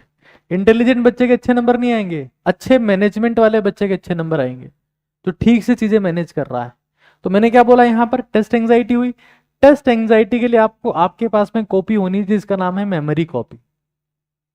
भाई देखो, तुम जहां भी एग्जाम देने जाओगे उस एग्जाम सेंटर पे तुम्हारी बुक जाएगी क्या तुम्हारे साथ में? तुम्हारे टीचर जाएंगे, तुम्हारी कोचिंग जाएगी, तुम्हारी किताबें चली जाएगी, एनसीईआरटी चली जाएगी, कौन जाएगा? मेमोरी। समझ रहे हो ये बात? कंपटीशन एग्जाम किससे क्रैक होता है? मेमोरी से। जैसे मान लो आज तुम लोग चैट जीपीटी को कोई सा सवाल पूछते हो या जेमिनाई को सवाल पूछते हो, वो टफ से टफ न्यूमेरिकल को सॉल्व कर दे रहा है, क्या है उसके पास में? मेमोरी है। वो बार बार थोड़ा ना सॉल्व कर रहा है उसको, उसका डेटा में पड़ा हुआ है सब कुछ। अरे आर्टिफिशियल इंटेलिजेंस क्या होती है? Big storage of the memory. तो कोई इंसान खुद की इंटेलिजेंस को बढ़ाना चाहता है तो उसको किस पे काम करना पड़ेगा? और अगर तुम्हें मेमोरेबल बनना है कि तुम्हारे मरने के बाद भी तुम्हें लोग याद करें, तब भी किस पे काम करना पड़ेगा? अरे बोलो तो सही जोर से, मरे मरे बोलते हो। मेमोरी पे काम करना पड़ेगा। तो मेमोरी कॉपी बनानी पड़ेगी। अब मेमोरी कॉपी का मतलब क्या है? Basically I am generating A summary copy. अब समरी कॉपी या समराइजेशन करने में लोग क्या करते हैं कि इस मैडम ने अपने टेलीग्राम चैनल पे पीडीएफ डाल दिया, मैंने उसको डाउनलोड कर लिया, ना मैडम का सिलेक्शन हुआ ना मेरा हुआ, मजा आ गए दोनों को। अब हम दोनों रील बनाते हैं, मैडम भी और मैं भी, एक दूसरे को टैग करते हैं, मैडम भी और मैं भी। Don't do that. If you are just downloading the PDF from the random people, you will never get select. खुद के समरी नोट्स खुद बनाना है। वो कैसे बनाना है मैं आपको टेक्निक बताता हूँ। जैसे मान लो क्लास हुई, क्लास में जो टीचर होते हैं वो काम की बातें बताते हैं 4 से 5 लाइन की। 1 से 1.5 घंटे क्लास में 4 से 5 लाइनें होती है जो सुपर इंपॉर्टेंट होती है। उसको लास्ट में लिख लिया करो क्लास क्रक्स के नाम से या क्लास समरी के नाम से, इमीडिएटली हाथों हाथ ही। ऐसा नहीं 4 दिन बाद में ढूंढ रहे हैं क्लास क्रक्स और उसके बाद में कॉपी नहीं मिल रही है, ऐसा नहीं करना है। हाथों हाथ इमीडिएटली यहाँ बैठ के। कई लोग तो मैं देखता हूँ, अभी मैं वहां उससे क्या सीसीटीवी से चेक कर रहा था, क्लास चल रही बीच में चले जा रहे टॉयलेट करने। मैंने कहा ये कौन सा मेला चल रहा है तुम्हारा? कोई कंसंट्रेशन नहीं है। यहाँ तो टीचर लिख रहे हैं, वहां से वो पीछे टॉयलेट के लिए पार हो जाते हैं गंवार लोग। क्लास हुई, क्या करना है उसमें? 3 से 4 लाइनें निकालनी है। समरी कॉपी क्रिएट करने के लिए 3 to 4 class lines in the form of crux. और वो 7 से 8 दिनों में जो चैप्टर खत्म होगा ना, तब जाके तुम्हारा 20 से 25 पॉइंट्स का एक समरी नोट्स तैयार होंगे। It's an long process. तुमको लगता है ना कि मैं यहां से वहां से डाउनलोड कर लूंगा और मेरी मेमोरी सही से काम करेगी, कभी काम नहीं करेगी। It's a process, it's a daily management. Content management is the most important management, और वो डेली का होता है। एक दिन मैं एनसीईआरटी निचोड़ ले आऊंगा, उससे हो जाएगा, फिर मैं वो इजी ले आऊंगा, उससे हो जाएगा, फिर मैं बीजी ले आऊंगा, किससे नहीं होगा भाई। रोज खुद के नोट जो तुम बना रहे हो उसकी समरी बनाओ। जब हर दिन समरी समरी समरी बनती जाएगी तो 7-8 दिन बाद में जो चैप्टर पूरा हो गया तो सारी समरीज को कंपाइल करके अपने नोट्स बना दो। ये समरी नोट्स रेडी हो गए हमारे, और फिर इसकी प्रैक्टिस करो।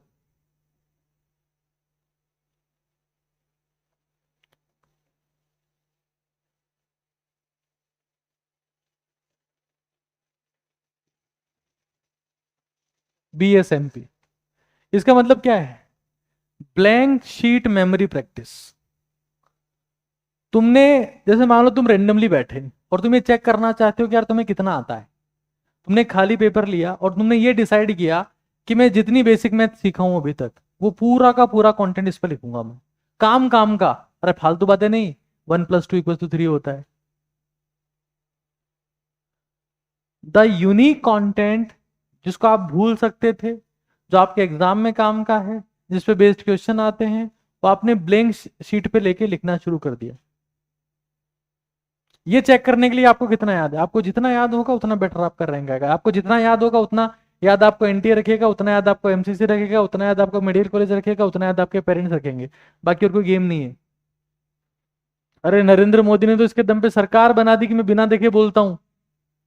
और वो क्या राहुल गांधी टिप टिप के बोलता है। ऐसी बातें बोल बोल के सरकार बना दी। Your memory is the most important thing that you can, because you are your memory. तुम्हें जो याद है तुम वैसे ही बिहेव करते हो। तुम्हारे घर वालों के सामने, तुम्हारे पेरेंट्स के सामने, किसी और के सामने, टीचर्स के सामने। Focus on the memory. और उसको प्रैक्टिस कैसे करेंगे? Blank memory sheet. मतलब आपने एक पेपर लिया, खाली पेपर, उस पर लिखने लग गए चैप्टर। इजी सब्जेक्ट से शुरू कर दो। तुमको लगता है मेरे को नहीं आता बेसिक मैथमेटिक्स यार, मैं लिविंग वर्ड से शुरू कर देता हूं। लिख भाई, शुरू तो कर। तो तेरे को पता लग जाएगा कि तू लाइन 1 से लेकर आखिरी लाइन तक तेरे को याद कितना रहता है। अगर तेरे को याद नहीं रह रहा है तो वापस देखने की जरूरत है। वापस एक दिन मेमोरी शीट लेके बैठ, फिर से भर। तो खुद को टेस्ट करते रहो, because this is how you will improve your self. तो मैंने क्या बताया यहां पर? Test analysis, test anxiety. तुम्हारे पास कंटेंट समराइज रहेगा, तुम्हारे पास में मेमोरी कॉपी रहेगी।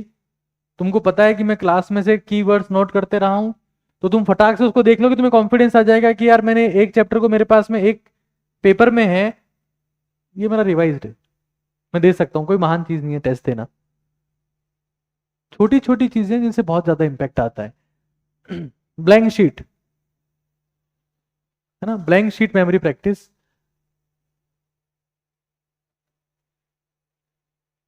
और मैं एक चीज जानता हूं कि कुछ फूड्स भी होते हैं, जैसे मेमोरी को अगर अल्टीमेट बनाना है कि कुछ भूल ही नहीं रहे, मेमोरी को पीक, क्योंकि सारा गेम इसका है। 3 टाइप की मेमोरी होती है, पता है आप लोग को? कौन कौन सी मेमोरीज होती है, कौन बताएगा? 3 टाइप्स ऑफ मेमोरी। कुछ नहीं पता है।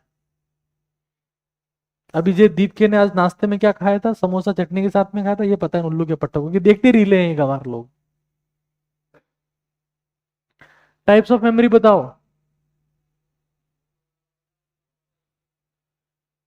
Short term memory, long term memory और परमानेंट मेमोरी। वो कंप्यूटर में होती है। इंसान की मेमोरी बताओ। Sensory memory. सेंसरी मेमोरी मतलब तुमने मुझे देखा, तुमने मुझे सुना, तुम सुन पा रहे हो because of your memory. Sensory memory है, सेंस कर पा रहे हो चीजों को। फिर देख के सुन के लिख रहे हो, काम कर रहे हो, न्यूमेरिकल कर रहे हो, ये वर्किंग मेमोरी है। फिर सेंसरी और वर्किंग से जितने तुमने एक्सपीरियंस लिया, बहुत सारे लेक्चर देखे, बहुत सारी बातें सुनी, बहुत सारी प्रैक्टिस करी, प्रैक्टिस करी, प्रैक्टिस करी, ब्लैंक शीट्स भरी भरी भरी भरी, उससे डेवलप होती है कौन सी memory? Storage memory, long term memory, जिससे तुम एग्जाम क्रैक करते हो। तो अगर मुझे स्टोरेज मेमोरी या लॉन्ग टर्मल मेमोरी को इंक्रीज करना है, तो उसका एक सबसे स्ट्रॉन्ग रास्ता है, दैट इज मेमोराइजेशन। भाई मैं इतने टूल्स बता रहा हूं ना, यूपीएससी की तैयारी करने वाले बच्चों को और उनको तैयारी करने वाले टीचर्स को पता नहीं होते। तुम किसी भी एक का यूज कर लो, your life will be changed. Memorization. और दूसरा, अगर मैं डाइट की बात करूं तो अखरोट, घी और अलसी और पानी।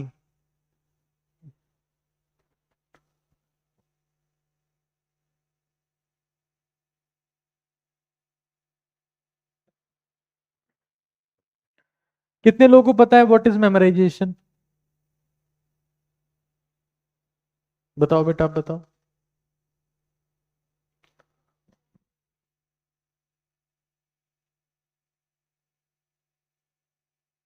देखो मेमोराइजेशन का मतलब होता है, बैठिए, वेरी गुड।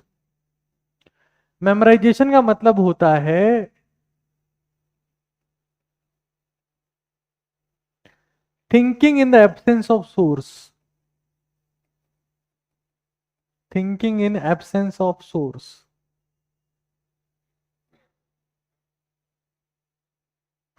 फॉर एग्जाम्पल, आप बायोलॉजी पढ़ते हो एनसीईआरटी से, और आपके पास में एनसीईआरटी नहीं है,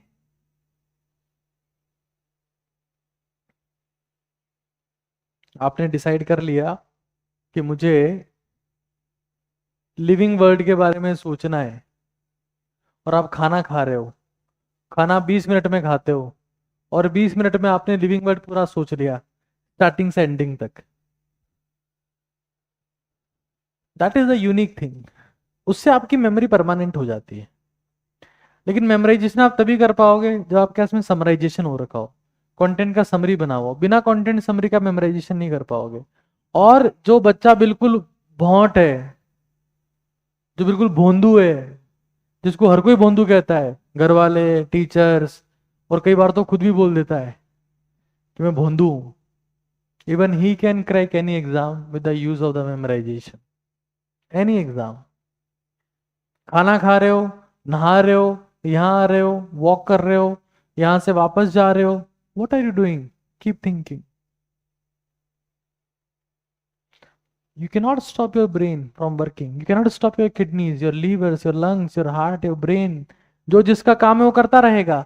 लेकिन तुम उसको एक डायरेक्शन दे दोगे कि तू सोच तो रहा है, किसी की बुराई सोच रहा है, किसी की कमी सोच रहा है, तेरी खुद की कमी सोच रहा है। तो एक टॉपिक डिसाइड कर ले कि यार मैं नॉन कोऑर्डिनेट्स में जितने फाइलम से सबके एग्जाम्पल सोचता हूं। तो उसको जब तक टॉपिक नहीं दोगे वो सोचेगा नहीं। टॉपिक देने के बाद ही दिमाग सोचता है। और ये स्पेसिफिकेशन कब कर पाओगे तुम लोग? जब तुम्हारे पास में मेमोरी कॉपी बनी हुई है, मतलब समरी कॉपी बनी हुई है, समराइजेशन हो रखा है, खुद के हाथ से लिख के हो रखा है, वरना नहीं हो पाएगा। ठीक है। और ये कुछ फूड्स हैं जो हेल्प करते हैं।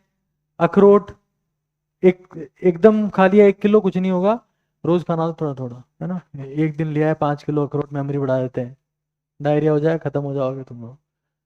कंसिस्टेंसी से रिजल्ट आता है। जैसे मान लो घी है, ½ किलो खा लिया सर एक दिन में, 1 चम्मच बहुत है। रात को सोते टाइम से तुम दूध पीते हो, या जो है वो क्या, पानी पीते हो, तो गर्म पानी में डाल लिया, दूध में डाल लिया 1 चम्मच और पी लिया, दैट्स एनफ।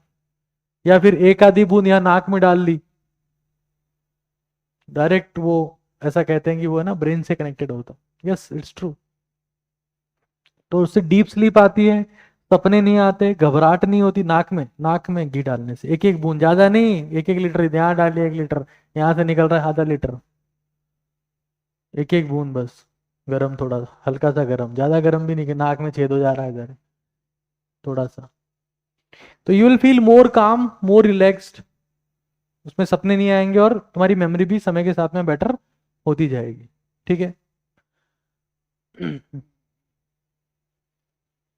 ये नोट डाउन हो गया सब लोगों का? यूज भी करना है। देखो, सिर्फ नोट डाउन करने से कुछ नहीं हो पाएगा, कोई सेंस नहीं है उसका। अब जैसे मैं मेमोराइजेशन की बात कर रहा हूं, तो मेंटल कैपेसिटी बढ़ाने का रास्ता भी यही है। मेंटल कैपेसिटी भी इसी रास्ते से बढ़ेगी। किससे? मेमोराइजेशन से। क्योंकि नए न्यूरल कनेक्शन बनते हैं। जैसे मैं आप लोगों से पूछना चाहता हूं कि जो इंसान ज्यादा इंटेलिजेंट है उसमें न्यूरॉन्स ज्यादा होते हैं क्या? कितने न्यूरॉन्स होते हैं अपने? कुछ नहीं पता।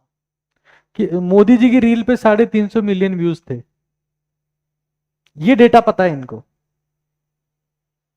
न्यूरॉन्स कितने हैं कोई चिंता ही नहीं है। अपन हद सुपरफिशियल लोग हैं, पता है, हद सुपरफिशियल। इंटरनेट पे जो हो रहा है वो सब पता है, इंटरनली जो हो रहा है वो पता ही नहीं है।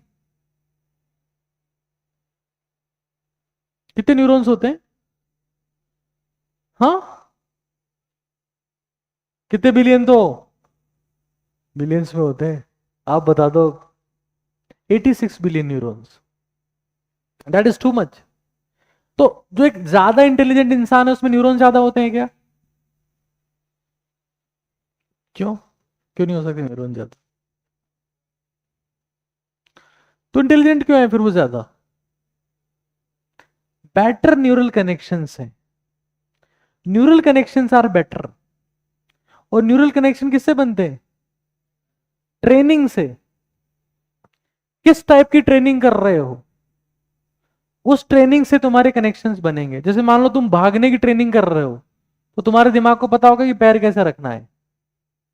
तुम क्रिकेट खेलने की ट्रेनिंग कर रहे हो, तो वैसे कनेक्शन, यहां बॉल दिखते फ्लिक में छक्का मार देगा वो बैट्समैन, यहां बॉल दिखते कट मार देगा, बिकॉज ये generated such kind of the neural connection. तो मेमोराइजेशन, अब उसने क्या किया, उसके लिए हजारों बॉल्स खेली है। भाई है ना, सचिन वाला स्ट्रेट ड्राइव तो कोई नहीं मारता है, तो भाई उसका न्यूरल कनेक्शन बना हुआ वाला। तो अगर मुझे कनेक्शन बेटर करने हैं खुद से, तो मुझे क्या करना पड़ेगा? मेमोराइजेशन। उसी कंटेंट को बार बार घुमाना पड़ेगा दिमाग में। It will generate the stronger connection and the better memory. ठीक है, तो मेंटल कैपेसिटी हम लोग कैसे इंक्रीज कर सकते हैं? मेमोराइजेशन। क्यों? क्योंकि इससे बेटर न्यूरल कनेक्शंस बनते हैं। अब तुम लोगों ने न्यूरॉन की स्ट्रक्चर तो पढ़ रखी है, कभी मास्टर से ये नहीं पूछा होगा कि हम कैसे कनेक्शन को इंप्रूव कर सकते हैं। ये तो दिक्कत है तुम्हारे साथ में, सब थ्योरी थ्योरी पड़ी हुई है, बाकी ज्ञान किसी को नहीं है।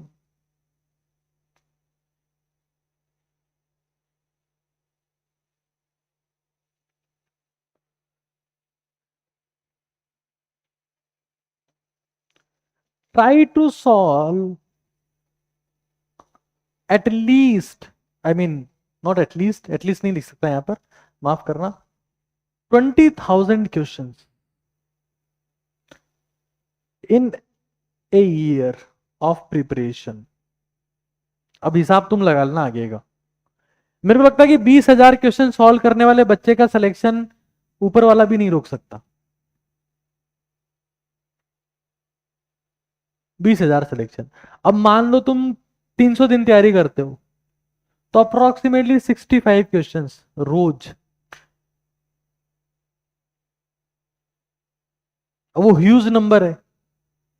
तो तुम जब एनसीईआरटी पढ़ते हो तो उससे क्वेश्चन बनाओ, जब कंटेंट पढ़ रहे हो तो उससे क्वेश्चन क्रिएट करो, सेल्फ भी तो क्रिएट करो क्वेश्चन।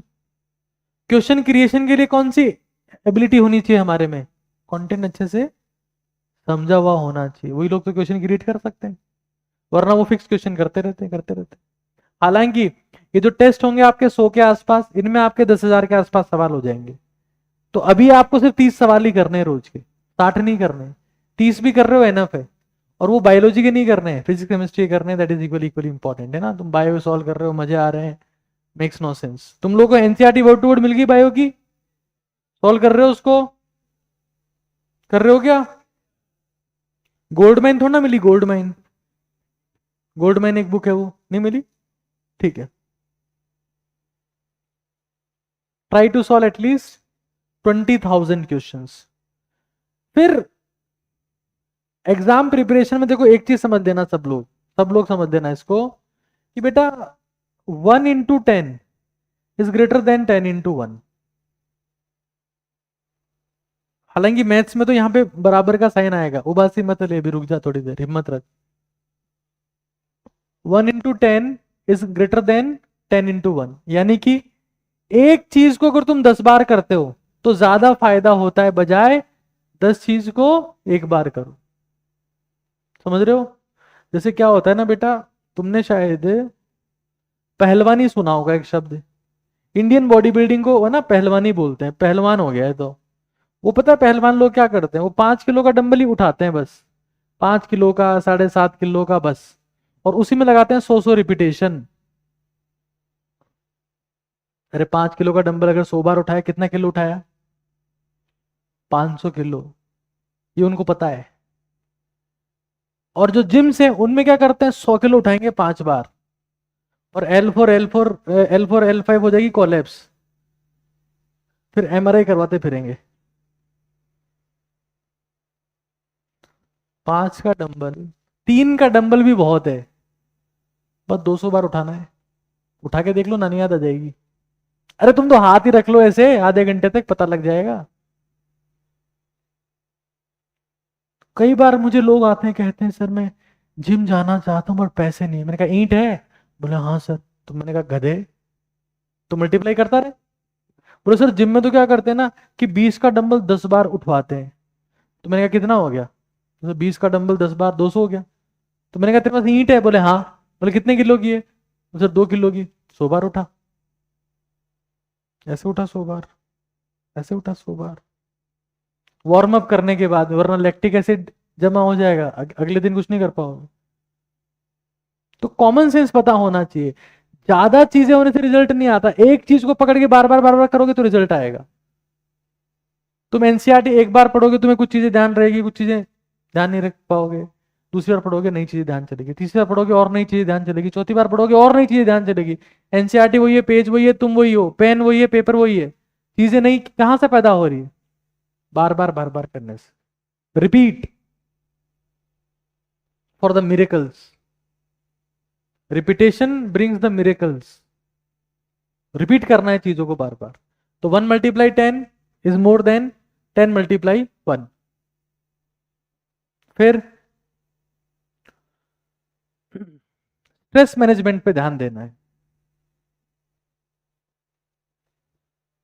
ये बहुत ही इंडिविजुअल सवाल है, मैं इसमें कोई रास्ता नहीं बता सकता, लेकिन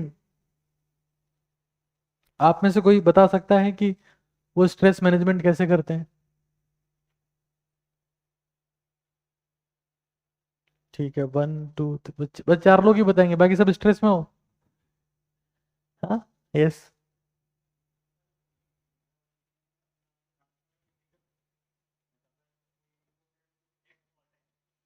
एक्स थॉट है? ठीक है, उसमें बीच में तो कुछ नहीं लगा हुआ ना कि एक्स का थॉट है। ठीक है, हाँ। वाई थॉट है, नाइस, वेरी नाइस।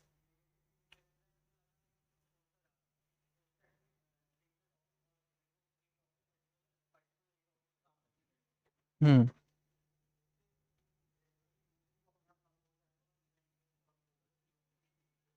हम्म। ये भी क्रिया करते हो? ठीक है।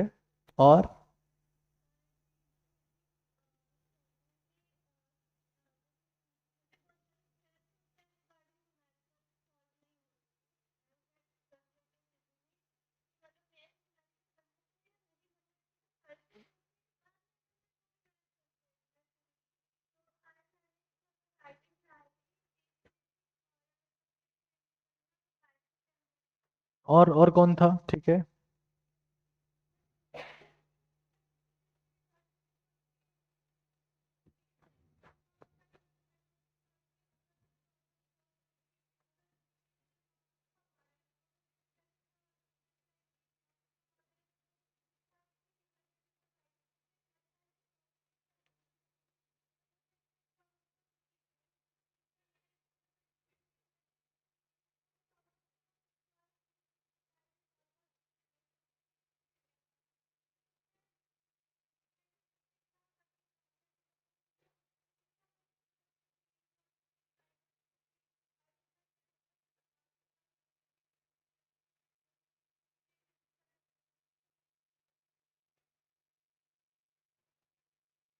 इतनी लंबी कहानी है क्यों है स्ट्रेस की यार तुम्हारी?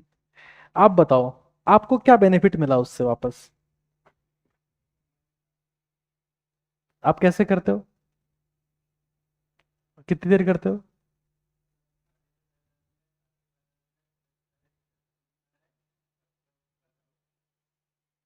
अच्छा लगता है बहुत? ठीक है, बैठिए। तुम दिमाग को बार बार एक ही थॉट सोचने से रोक सकते हो? तो बताओ, नहीं रोक सकता। उसकी डीप वायरिंग हो रखी है ऐसी, वो वहीं जाएगा। अरे ब्रेन की वायरिंग हो रखी है ऐसी। अब मुझे क्या करना है देखो, एक बच्चे ने बताया कि वो लेफ्ट नोस्ट्रल ब्रीदिंग यानी कि ए बी क्रिया करता है। ठीक है, ए बी क्रिया करता है। आंखें बंद रखो, क्लोजिंग योर आईज। क्लास में नहीं करनी आंखें बंद, क्लास के बाहर आंखें बंद रखना। खुली आंखों वाले लोग ज्यादा नहीं देख पाते। अगर आपकी दोनों आंखें बंद है तो तीसरी आंख खुल जाती है। अभी सावन चल रहा है ना, it is celebrated for the Mahadeva. Mahadev एक ऐसे इंसान है, ऐसे भगवान है जिनकी 3 आंखें हैं। तीसरी आंख खोलने की शर्त क्या है? दोनों आंखें बंद होनी चाहिए। तुम्हारी दोनों आंखें फोन में गड़ी हुई है ऐसे। इस पे कितने शेयर आ गए रील पे। वही गेम खत्म हो रहा है। तो क्लोज योर आईज, फिर नंगे पैर चलो। चाहे रोड पे चल रहे हो, चाहे कंक्रीट पे चल रहे हो, चाहे बजरी पे चल रहे हो, चाहे छत पे चल रहे हो। लोग बाग नंगे पैर नहीं चलते आजकल। एबिडास की चप्पल पहन के चलते हैं सब, एबिडास की। एडिडास की पहन के चलें तब भी ठीक हो जाएगा। भयंकर ठंडे पानी से नहाओ,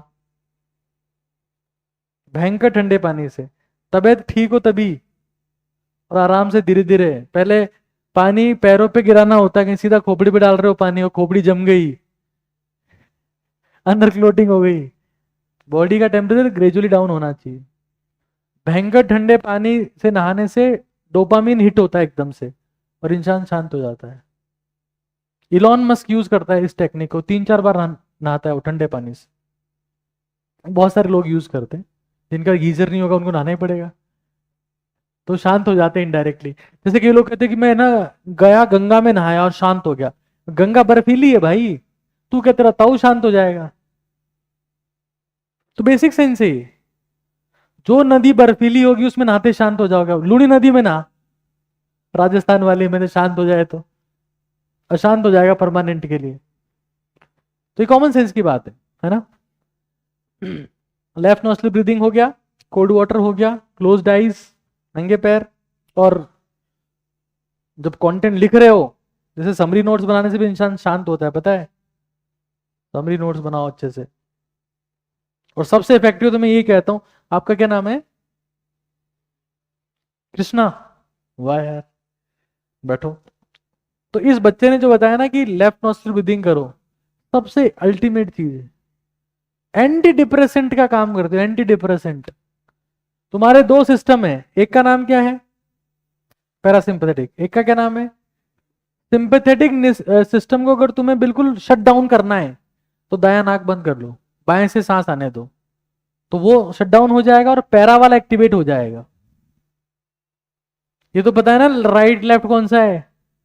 अरे हमारे 2 छेद क्यों है, एक ही होता यहाँ पे गोला। 2 छेद क्यों है? Because they have different mechanism. Right कौन सा है? देखिए एक बार सब लोग राइट बंद करना अपने अपने राइट। चेक करता हूँ कौन उल्टा हाथ लगा रहा है। आधे ऐसे कर लेंगे, थोड़े थोड़े बंद हो गए दोनों। राइट बंद करो सब लोग। हाँ, अब तुम जितनी देर सुन रहे हो ना, ऐसे हाथ लगा के सुनते रहो मेरी बात, है ना। मैं जो बातें करता रहता हूँ तुम सुनते रहो थोड़ी देर। तो ये हमने कुछ बातें बोली, अभी कोई नोट डाउन नहीं करेगा, 5 मिनट तक अपन ऐसे ही चलेंगे। आगे चलते हैं भाई। Point number 23। इस दुनिया में 2 रस हैं जिससे इंसान को बहुत मजा आता है, एक सोम रस और एक निंदा रस। प्राचीन काल से ही पुरुष सोमरस का मजा लेते रहे हैं और स्त्रियां निंदा रस का, क्योंकि दोनों में ही मजे आते हैं। आजकल के तो पुरुष भी निंदा रस का मजा ले रहे हैं, तभी एलजीबीटी कम्युनिटी बन गई है। कहने का मतलब यह है कि 2 टाइप के रस हैं, एक तो सोमरस और एक निंदा रस। होती है ना कई औरतें ऐसी जो पास में जाके बैठ जाती है पड़ोस में, इसकी बुराई उसकी बुराई, और शाम को 5 बजे जाके कहेगी अरे अपने को क्या लेना है, अरे तो कर क्यों रही थी आंटी, 6 घंटे से ये चल रहा था आपका। तो डोंट कंप्लेन। उससे भी ब्रेन की रिवायरिंग होती है और घटिया न्यूरल कनेक्शंस बनते हैं, जिससे आप एक्शन मोड से हट जाते हो। आपका दिमाग आइडियाज छोड़ सोचना बंद कर देता है, आइडियाज नहीं सोचता, वो प्रॉब्लम सोचने लगता है। ऐसे कनेक्शन हो जाते हैं।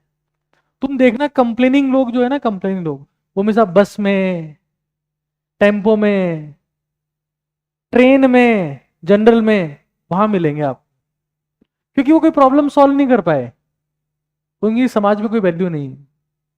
ट्रेन में, जनरल में, मैं किसी की बुराई नहीं कर रहा हूं, किसी को फाइनेंशियली जज नहीं कर रहा हूं, मैं बता रहा हूं कि उनका ब्रेन वायरिंग ऐसा हो रखा है कि वो प्रॉब्लम का सॉल्यूशन सोच ही नहीं पाते। और तुम्हें तीन चीजें होती है, नाम जिससे मिलता है, काम जिससे मिलता है दाम, और अगर काम दिए हुए दाम से ज्यादा करो तो मिलता है नाम। ये किसको मिलता है? तुम्हारे पास में कोई इंसान आएगा, प्रॉब्लम लेके आएगा ना, डॉक्टर साहब मेरे को ये दिक्कत हो रही है, और तुम छाती ठोक के कहते हो मेरे ही हो रही है, तो कौन सी बड़ी बात है, तुम्हारे चाटा मारेगा ऑफिस की जगह। The patient is coming for the solution to you, और तुम्हारी कैपेबिलिटी इस बात पे डिपेंडेंट है कि तुम कितना बड़ा सॉल्यूशन क्रिएट कर पाते हो। इलॉन मस्क की कस्टमर नासा है भाई, सोच लो उस इंसान की सक्सेस का लेवल। उसने रीयूजेबल रॉकेट्स बना दिए, जो रॉकेट सैटेलाइट को छोड़ के आएगा वापस आ जाएगा। उसकी कस्टमर नासा है, तो सोच लो अपने आप कितना बड़ा आदमी होगा। तो और तुमसे न्यूमेरिकल सॉल्व नहीं हो रहा, और तुम कहते हम लोग मिलीनियर क्यों नहीं बन रहे? अरे तो न्यूमेरिकल तो सॉल्व कर। प्रॉब्लम सॉल्विंग स्किल्स होनी चाहिए। तो प्रॉब्लम सॉल्विंग स्किल्स आती है फिजिक्स और केमिस्ट्री से। तुम बायो पढ़ते रहते हो, वहां प्रॉब्लम ही नहीं है। प्रॉब्लम सॉल्व करो, कंप्लेन मत करो। कंप्लेन, न्यूमेरिकल नहीं हो रहा तब तो कंप्लेन करो कि सर हमको बता दो। बट तुम अगर इसी मोड में रहोगे ना भाई, खत्म हो जाओगे। यही लोग होते हैं जो कुत्ते की मौत मरते हैं। तुमको पता है कुत्ते की मौत क्या होती है? तुम जानते हो कुत्ता कैसे मरता है? ये रोड है,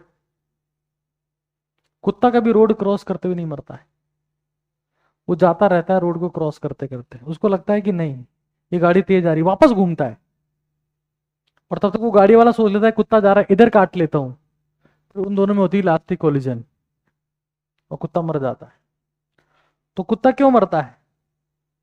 बिकॉज ऑफ सेकंड थॉट। तुम यहां तैयारी करने आ गए, तुम्हारे सेकंड थॉट आ रहे हैं, यार ये नहीं करता हूं, यार वो कर लेता हूं, यार ये ठीक नहीं, मैं वहां चला जाता हूं। कुत्ते की मौत तुम्हारे लिए लिखी जा चुकी है, और अब तुम मरोगे कुत्ते की मौत, जिसका कोई डेट, कोई टाइम, कुछ नहीं होता है। Second thought, never give second thought. अब सेकंड थॉट कब आता है? जब हम बुराइयां करते रहते हैं, क्योंकि बुराइयां करते करते करते करते एक दिन हम खुद की बुराई करने लग जाते हैं, और हम एक दिन खुद ही एक सामाजिक बुराई बन जाते हैं। आजकल इतने भयंकर कंप्लेनर्स हैं, ये दुनिया आज ऐसे स्टेट में है जहां पर आप देखो किसी भी इंसान की कोई भी वीडियो बना रहा है, वो कुछ अचीवमेंट है, उसके नीचे कमेंट देखो आप, everyone is so much frustrated. इसकी सक्सेस से फ्रस्ट्रेटेड, उसकी सक्सेस से फ्रस्ट्रेटेड, सब लोग डिप्रेस्ड, उल्टा सीधा लिखे जा रहे हैं। किसी को गाली से नीचे तो बात ही नहीं करता कोई, गाली तो बहुत नॉर्मल हो गया है ये तो नॉर्मल है। कंप्लेनिंग नहीं करनी है। कंप्लेनिंग नहीं करोगे तो न्यूरल कनेक्शन किधर जाएंगे? प्रॉब्लम सॉल्विंग की तरफ। और जब तुम्हारे कनेक्शन प्रॉब्लम सॉल्वर वाले हो गए, तो तुम क्या हो जाओगे? वैल्यूबल। तब तुम्हें क्या मिलेगा? काम। उससे क्या मिलेगा? दाम। और तुम दाम से ज्यादा काम करोगे तो उससे क्या मिलेगा? नाम। ये रेशियो होता है। अब तुम तो कंप्लेनिंग मोड में हो, मेरे पास खाना नहीं, मेरे पास रोटी नहीं, मेरे पास टीचर नहीं, मेरे पास ये नहीं, तो करते रहो, कुछ नहीं होगा तुम्हारा, your game will be finished. तो ये जब चीजें करते हैं ना, तो हम लोग, हमारी टेंशन क्या हो जाती है उस वक्त? हम लोग रील रीच से ज्यादा रियल रीच पे फोकस हो जाते हैं कि यार हमारी रियल लाइफ में रीच कितनी है। अभी मुकेश अंबानी को चिंता होती होगी कि उसकी रील कितने लोगों ने देखी। हाँ, कल तुम्हारी रील को करवा देगा बंद, सबकी रील को। जियो का इंटरनेट उसी का है, अब डाल के दिखाओ देगा रील। रियल रीच है वो।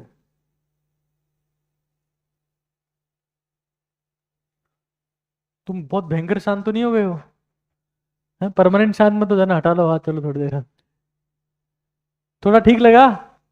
ये नाक बहने लगा दूसरा वाला, जिसको बंद कर रखा था उसमें तो कुछ नहीं हुआ, दूसरे वाला बहने लगा। शांत फील हो रहा है थोड़ा? अरे झूठे लोगों बोलो सच। ठीक है, इनको नोट डाउन करो जितनी बातें मैं कह रहा हूं। कंप्लेनिंग का ध्यान रख लेना भाई, बहुत बहुत बहुत इंपॉर्टेंट है। तुम लोग कंप्लेनिंग में ही मर जाओगे वरना।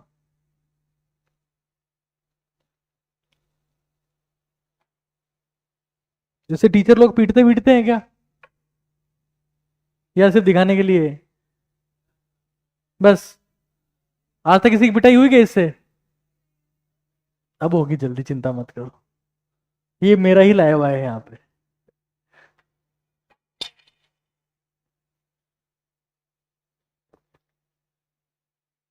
अब देखो, एक और मोस्ट इंपॉर्टेंट बात मैं आपको बताता हूं, पढ़ना कैसे है। पढ़ना कैसे है, ये भी इंपॉर्टेंट चीज है। हम लोग जो पढ़ने बैठते हैं तो पढ़ते रहते हैं, जो कि गलत बात है। पढ़ने के साइकिल होते हैं। एक होता है मेंटल साइकिल, और एक होता है फिजिकल साइकिल। फिजिकल साइकिल हटा देता हूं, उसका नाम मैं चेंज कर देता हूं आज। उसका नाम कर रहा हूं मैं रिकवरी साइकिल।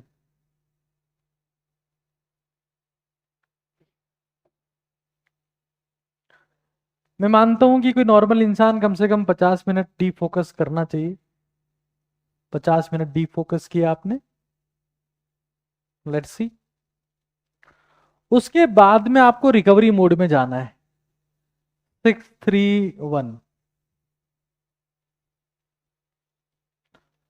10 मिनट का रिकवरी होना ही होना चाहिए, अगर बहुत लंबे समय तक पढ़ना है तो। तुम बैठे रहोगे, खत्म हो जाओगे। खत्म हो जाओगे बिल्कुल एक दिन तुम। 6-3-1 का मतलब क्या है? 50 मिनट मैंने पढ़ाई करी है, ये 10 मिनट का टाइम है। 6 minutes walk and stretch, please don't compromise your health. Walk करना है, स्ट्रेच करना है, 3 मिनट डीप ब्रीदिंग करना है, और 1 मिनट में कुछ पी लो, पानी थोड़ा सा कुछ खा लो, ताकि तुम रिचार्ज हो जाओ, वापस फोकस कर पाओ। वरना तुम्हारा, तुम 10 घंटे बैठे, लेकिन हर घंटे क्वालिटी ऑफ कंसंट्रेशन वो नहीं रहेगा जो पहले घंटे में था। तो तुम 5 घंटे पढ़ रहे हो, बट इफेक्टिव कंसंट्रेशन 2.5 घंटे ही था, क्योंकि तुम रिकवरी नहीं कर रहे थे। Makes no sense. समझ रहे हो? तुम तो बैठे हो 6 घंटे, बट तुम्हारा रिजल्ट नहीं आ रहा 6 घंटे वाला, because you are not recovering your self. तो 6 मिनट क्या करना है? वॉक और stretch to make your blood circulation better again. Deep breathing. Deep breathing कैसे करते हैं? ये पेट के ऊपर हाथ रखेंगे ऐसे, और पेट बाहर निकलना चाहिए। अभी नहीं करना है, रुक जाओ, मैं बता दूंगा, अभी कल मेरी क्लास और है, सब बता दूंगा। तो पेट स्ट्रेच होना चाहिए। अगर पेट स्ट्रेच होता है तो वेगस नर्व स्टिमुलेट होती है, तुम शांत होते हो। पेट फूलना चाहिए पूरा, तो डीप ब्रीदिंग होगा। थोड़ा वॉक किया 5-7 मिनट, फिर डीप ब्रीदिंग किया, फिर कुछ पानी पी लिया, थोड़ा सा कुछ खा लिया, फिर वापस पढ़ने बैठ गए। Recover your self. तुम रिकवर नहीं कर रहे हो, तुम मारे जाओगे एक दिन। Recovery is way more important. ये लोग जो है, रोनाल्डो, विराट कोहली, ये लोग क्यों लंबे टाइम तक खेल पा रहे हैं? रिकवरी पे ध्यान देते हैं भाई। ये लोग क्लब में जाके दारू नहीं पीते, रिकवरी पे ध्यान देते हैं।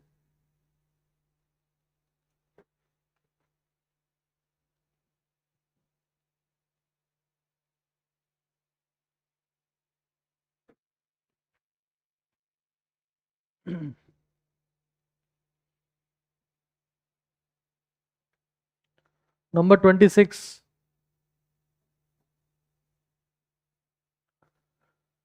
और यहां मैं लिख दूंगा 27, जैसा कि मैंने प्रॉमिस किया था। नंबर 26। नंबर 26 ये है कि प्रैक्टिस लाइक ए पेपर। लिख लो इस चीज को, प्रैक्टिस लाइक पेपर। हम लोग क्या करते हैं ना, बहुत घटिया क्वालिटी से प्रैक्टिस करते हैं। Practice like paper.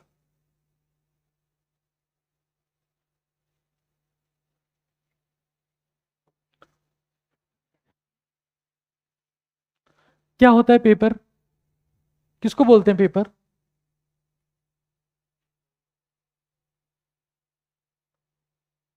अरे नीट का पेपर क्या होता है? क्या होता है पेपर का मतलब? जिसमें टाइम फिक्स होता है कि 3 घंटे का पेपर होगा, और क्या फिक्स होते हैं? क्वेश्चन फिक्स होते हैं, उसको क्या बोलते हैं? पेपर। जिसमें टाइम फिक्स होता है, इसमें क्वेश्चन फिक्स होते हैं, उसको पेपर बोलते हैं। तुम लोग पता है कैसे प्रैक्टिस करते हो? तुमने कोई सा क्वेश्चन किया, तुमसे सॉल्व नहीं हुआ, गलत उत्तर आ रहा है, पीछे जाके देखा तुम्हारा डी आ रहा था, उसमें पीछे लिखा हुआ ए, कोई बात नहीं। अब तुम दूसरा सवाल करो, तुम्हारा उत्तर सही आएगा क्योंकि तुम देख के आ गए हो पहले ही। वही सत्यानाश हो रहा है जीवन का। क्वेश्चन फिक्स करो, मान लो 30 क्वेश्चन फिक्स कर दिए, टाइम फिक्स करो कि 40 मिनट में करूंगा। फिजिक्स से मान लो 30 सवाल है, fix the question, fix the time, और एक साथ आंसर की बनाओ। लिख लो इस चीज को। प्रैक्टिस लाइक पेपर का मतलब क्या है? Fix question, fix time, prepare answer की, आंसर की बनाओ और फिर चेक करो कि तुमने कितने सही किए हैं कितने गलत किए हैं। एक क्वेश्चन करके आंसर देखने वाले लोगों का कभी सिलेक्शन नहीं होता है। तुमने 15 क्वेश्चन सेलेक्ट करे, 20 क्वेश्चन सेलेक्ट करे, 30 करे, स्पेसिफाई करो इतने क्वेश्चन है, इतने टाइम में करने हैं, और मैं इनके आंसर की बनाऊंगा खुद और फिर चेक करूंगा। ठीक है। Last but not the least, ये जितनी बातें लिखी है उनको ढंग से करो, ढंग से फॉलो करो, क्योंकि 27वीं नई बात से कुछ नहीं होगा। ये 26 पुरानी बातें बार बार रिपीट करनी है। That is way more important. हर नई चीज कोई चमत्कार नहीं होती, जो चीज पुरानी हो और बार बार की जाए वही चमत्कार करती है। पता है ना ये बात तो? Black dog 8 years, black dog 12 years, black dog 24 years, सबसे महंगी कौन है? 24, क्योंकि वो बार बार प्रोसेसिंग की गई है उसकी, जैसे तुम्हारी वैल्यू है। ब्लैक डॉग जानते हो, काला कुत्ता नहीं होता है ये, वैसे तो काला कुत्ता होता है, बट ये एक बहुत फेमस ब्रांड है स्कॉच विस्की का, स्कॉटलैंड का। हालांकि तुम लोग अवॉइड करते हो ये सब, अच्छी बात है बहुत, और करना भी चाहिए, लेकिन मैं बता रहा हूँ कि कोई सी मेटल हो, तुमने मेटलर्जी में पढ़ा होगा कभी, कि मेटल की जब बार बार बार बार बार बार रिफाइनिंग होती है तो मेटल की वैल्यू बढ़ती जाती है। लिख लिया सब कुछ? 26 का 26 लिख लिया? दिखाओ देखिए सब ऐसे करके एक बार।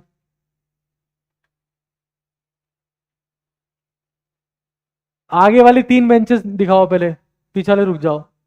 उल्लू के पट्टे पीछे वाले टाइम पास करने में लग रहे हैं, हमने दिखाया था आप देख नहीं पाए।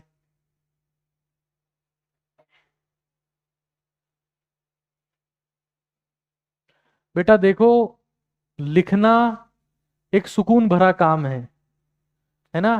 तो बहुत बढ़िया तरीके से लिखा करो, अच्छी राइटिंग में, घास मत काटा करो। अभी से डॉक्टर मत बनो तुम, ये दवाई ले लेना। आगे वाले 2 बेंचेस, मैंने आगे वाले 3 में आ तो गए तुम लोग, उसके नेक्स्ट वाले 2।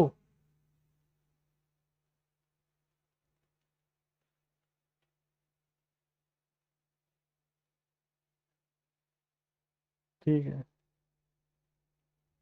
ठीक है, नेक्स्ट।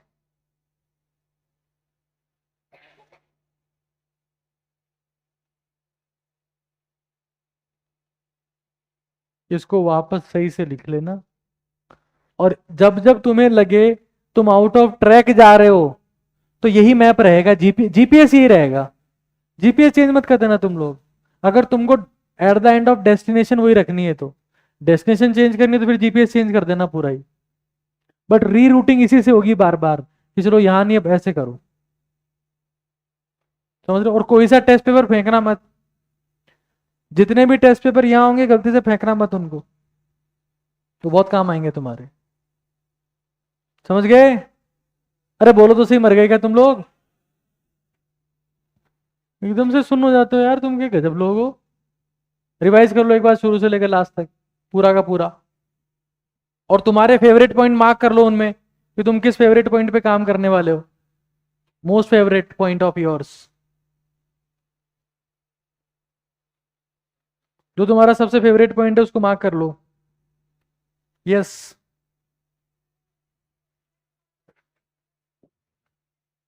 क्या बेटा? हाँ हाँ बेटा, ये पॉइंट तो मैं मिस कर गया, मुझे नहीं करना चाहिए था miss, I am so sorry for that. बैठ जाओ एक बार। देखो भाई, जिस बच्चे का तुम्हारे 300, 350, 400 नंबर जितने भी आ गए ना, वो किसी ना किसी मेमोरी की वजह से आए। तो बेटा जो चैप्टर्स तुमको अच्छे से आते हैं ना, उनके समरी नोट्स अभी से बना लो। एक चैप्टर तो ऐसा होगा जो तुम्हें आता होगा सही से। अरे बोलो तो सही यार, यार मर मत जाया करो एकदम से यार। तुम लोगों को पता है ना कि जो एलकेजी क्लास के जो बच्चे होते हैं ना, उनको सबको क से लेकर ग तक आता है, एक से लेकर 100 तक आता है। इसलिए नहीं कि उनमें सब में सेम दिमाग है, वो तो पूरा जोर लगा के बोलते हैं विद एंथुजियाज्म। तो समय के साथ साथ में वो खत्म होता चला जाता है। तो आप लोग कम से कम ये लिख लेना कि तुम्हारा सबसे अच्छे चैप्टर्स कौन से हैं, उनकी समरी भी बना लो और उनको बार बार बार बार बार बार रिवाइज करते रहो।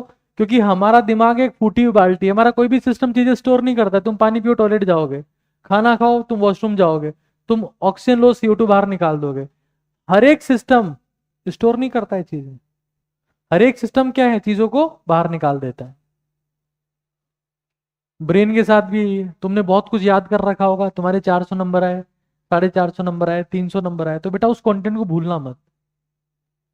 ओल्ड मेमोरीज गोल्ड मेमोरी, ये लिख लेना एक और पॉइंट। पुराने कंटेंट को मिस नहीं करना है।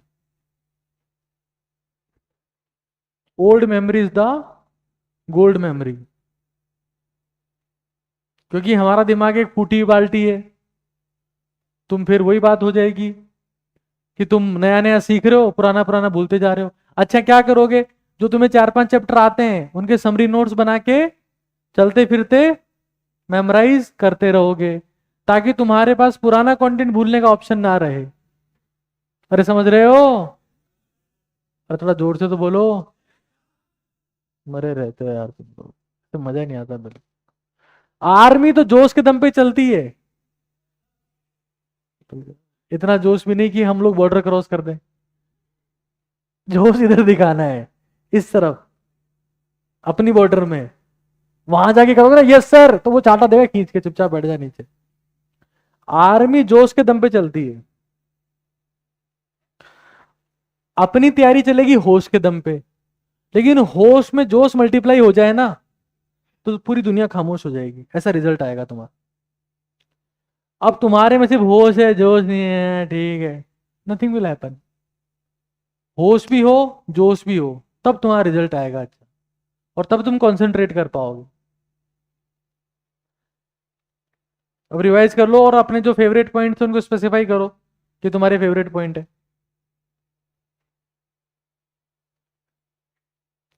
मैंने आज तक जितने सेशंस लिए अपनी लाइफ के, सबके क्रक्स लिख दिए इसमें। सारे सेशंस को देख के आया था मैं आज। मैंने कहा बच्चों से मेरे को बात करनी है, तो मैं सारे सेशंस की बातें यहां लिख दी, कुछ भी नहीं छोड़ा मैंने।